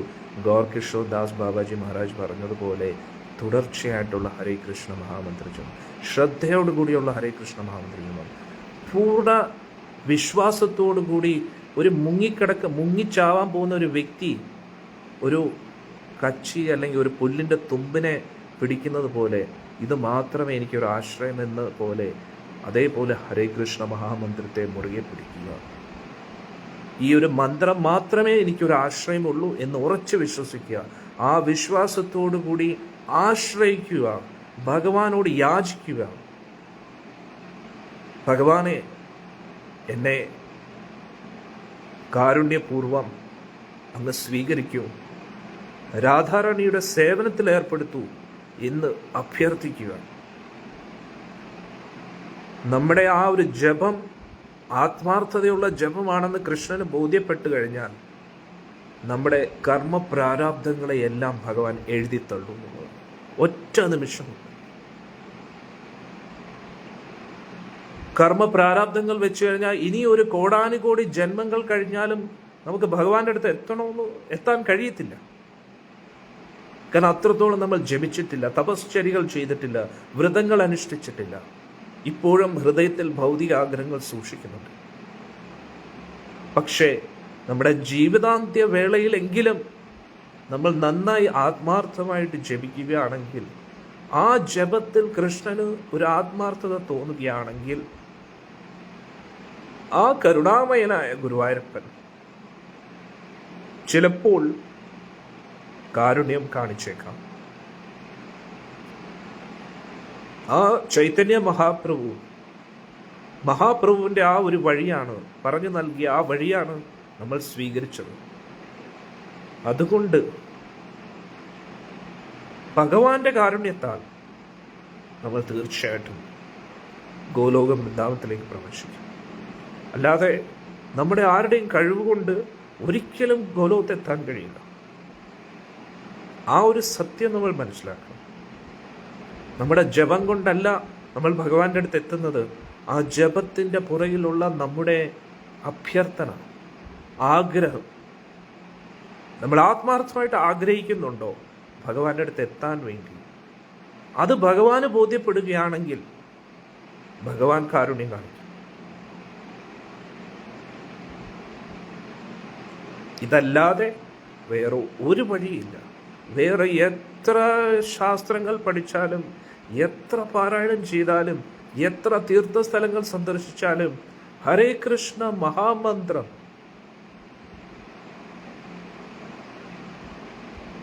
നമ്മൾ ആത്മാർത്ഥതയോടെ ജപിക്കാതെ, ആത്മാർത്ഥതയോടെ ഭഗവാനോട് അഭ്യർത്ഥിക്കാതെ ഒരു രക്ഷയും നമുക്കില്ല. അതുകൊണ്ട് എല്ലാവരും എന്താ ചെയ്യേണ്ടത്? എല്ലാ ദിവസവും ശ്രദ്ധയോടുകൂടി 16 മാല ജപിക്കണം. എന്നിട്ട് നമ്മുടെ കഴിവിൻ്റെ പരമാവധി ഭഗവാന് വേണ്ടി സേവനങ്ങൾ ചെയ്യും. ആരെയും ദ്രോഹിക്കരുത്, ആരെയും വിഷമിപ്പിക്കരുത്. മനസ്സാ വാചാ കർമ്മണ ആർക്കും ഒരു ദ്രോഹം ചെയ്യരുത്. എല്ലാവരോടും ക്ഷമിക്കാനുള്ള ഒരു മനസ്സ് നമുക്ക് വേണം. ആ മനസ്സോടുകൂടി ഹരേ കൃഷ്ണ മഹാമന്ത്രം നമ്മൾ ജപിക്കുകയാണെങ്കിൽ തീർച്ചയായിട്ടും ഭഗവാന്റെ അടുത്ത് എത്താൻ കഴിയും. അതോടുകൂടി ഈ ജീവിതവും ധന്യമായി, അടുത്ത ജീവിതം ഭഗവാനോടൊപ്പം. ഇതൊരു സാങ്കല്പിക സിദ്ധാന്തമല്ല, പരമസത്യമാണ്. ഹരേ കൃഷ്ണ മഹാമന്ത്രത്തിനെ മഹാമന്ത്രം എന്ന് പറയുന്നത് അതുകൊണ്ടാണ്. നമ്മുടെ ഒറ്റ ഒരു പരീക്ഷണമേ ഉള്ളൂ, എത്രത്തോളം ആത്മാർത്ഥതയോടുകൂടി, ശ്രദ്ധയോടുകൂടി, വിശ്വാസത്തോടുകൂടി നമ്മൾ ജപിക്കുന്നു. ആരെയും ബോധ്യപ്പെടുത്താൻ വേണ്ടിയല്ല, ഗ്രൂപ്പിൽ 16 മാല ജപിച്ചു എന്ന് മറ്റുള്ളവരെ ബോധ്യപ്പെടുത്താൻ വേണ്ടിയല്ല. എനിക്ക് ഭഗവാന്റെ അടുത്ത് എത്താൻ ഈ ഒരു വഴി മാത്രമേ ഉള്ളൂ എന്ന് എനിക്ക് ബോധ്യപ്പെടണം. അത് എനിക്ക് ബോധ്യപ്പെട്ടാൽ ഞാൻ ജപിക്കും, ആര് പറഞ്ഞാലും ഇല്ലെങ്കിലും. ആരെയും ബോധ്യപ്പെടുത്താൻ വേണ്ടിയല്ല, പക്ഷേ എനിക്ക് ഭഗവാന്റെ അടുത്ത് എത്താനുള്ള ഒരേ ഒരു വഴി ഈ ഒരു മന്ത്രജപം മാത്രമാണ് എന്ന് മനസ്സിലാക്കും. ഹരേ കൃഷ്ണ. അതുകൊണ്ട് ഞാൻ താഴ്മയായിട്ട് എല്ലാവരോടും അപേക്ഷിക്കുകയാണ്, വിശ്വസിച്ച് ജപിക്കൂ ഹരേ കൃഷ്ണ മന്ത്രം. നിങ്ങൾക്ക് ബോധ്യപ്പെട്ടു ഇനി അധികം കാലം ഇല്ല എങ്കിൽ വേറെ ഒന്നും ചെയ്യേണ്ട, തുടർച്ചയായിട്ട് ഹരേ കൃഷ്ണ മഹാമന്ത്രം ജപിക്കും. ഭഗവാൻ നിങ്ങൾക്ക് തരും ആ ഒരു അറിവ്. ശ്രദ്ധയോടുകൂടി ഭഗവാന്റെ നാമം ജപിക്കുമ്പോൾ, ഭഗവാന്റെ സേവനങ്ങൾ ചെയ്യുമ്പോൾ ഭഗവാൻ പറഞ്ഞു തരും ഉള്ളിൻ്റെ ഉള്ളിൽ നിന്നും. ഇനി അധികം ദിവസം ഇവിടെ ഇല്ല എന്ന് ബോധ്യപ്പെടുത്തും. അങ്ങനെയാണെങ്കിൽ പിന്നെ വേറൊന്നും നോക്കരുത്. ഭക്ഷണം, ഉറക്കം എല്ലാം ത്യജിക്കുക. അതിനുവേണ്ടി നമ്മളെ പരിശീലിപ്പിക്കാൻ വേണ്ടിയാണ് ഏകാദശി വ്രതങ്ങൾ. അന്നേരം ഏകാദശി വ്രതങ്ങൾ എടുക്കുമ്പോൾ അയ്യോ ഗുളിക കഴിക്കാനുണ്ട്, ഈ എന്ത് ഗുളിക കഴിച്ചിട്ട് എന്ത്, ഇവിടുന്ന് പോയി ഈ ശരീരമേ ഉപേക്ഷിക്കാൻ പോവുകയാണ്. പിന്നെ എന്ത് ഗുളിക, എന്ത് മരുന്ന്? എത്ര ഗുളിക കഴിച്ചാലും എന്ത് മരുന്ന് കഴിച്ചാലും ഒരു ദിവസം നമ്മൾ പോകണ്ടേ? അതല്ലേ പരമസത്യം. നമ്മൾ പിച്ചക്കാരനാണെങ്കിലും വലിയ അംബാനിയാണെങ്കിലും ഒരു ദിവസം ഈ ലോകം വിടണം. അതുകൊണ്ട് അതിനു വേണ്ടിയുള്ള പ്രിപ്പറേഷനാണ് നമ്മൾ ഇപ്പോൾ ചെയ്തുകൊണ്ടിരിക്കുന്നത് എന്ന് നമ്മൾ മനസ്സിലാക്കുക. ക്രമേണ നമ്മൾ എല്ലാത്തിനെയും നിന്നൊരു വിരക്തി വളരെ ഇമ്പോർട്ടൻ്റാണ്. എന്നിട്ട് പൂർണ്ണമായിട്ടും ഹരേ കൃഷ്ണ മഹാമന്ത്രത്തിൽ നമ്മൾ ശ്രദ്ധിക്കുക. മരണത്തോടടുത്തെത്തുമ്പോൾ പിന്നെ ഭക്ഷണം, ഉറക്കം എല്ലാം ഉപേക്ഷിച്ച് തുടർച്ചയായിട്ട് ഹരേ കൃഷ്ണ മന്ത്രത്തെ മാത്രം ആശ്രയിക്കുക. എന്നിട്ട് ഉള്ളിൻ്റെ ഉള്ളിൽ നിന്ന് പ്രാർത്ഥിക്കുക, ഭഗവാനെ ഈ ലോകത്തിൽ നിന്നും എന്നെ രക്ഷിക്കണം. ഇനിയൊരു ജന്മം ഇവിടെ ഞാൻ ആഗ്രഹിക്കുന്നത് ഭഗവാനെ, എന്നെ എത്രയും പെട്ടെന്ന് അങ്ങയുടെ ലോകത്തിലേക്ക് എത്തിക്കുക.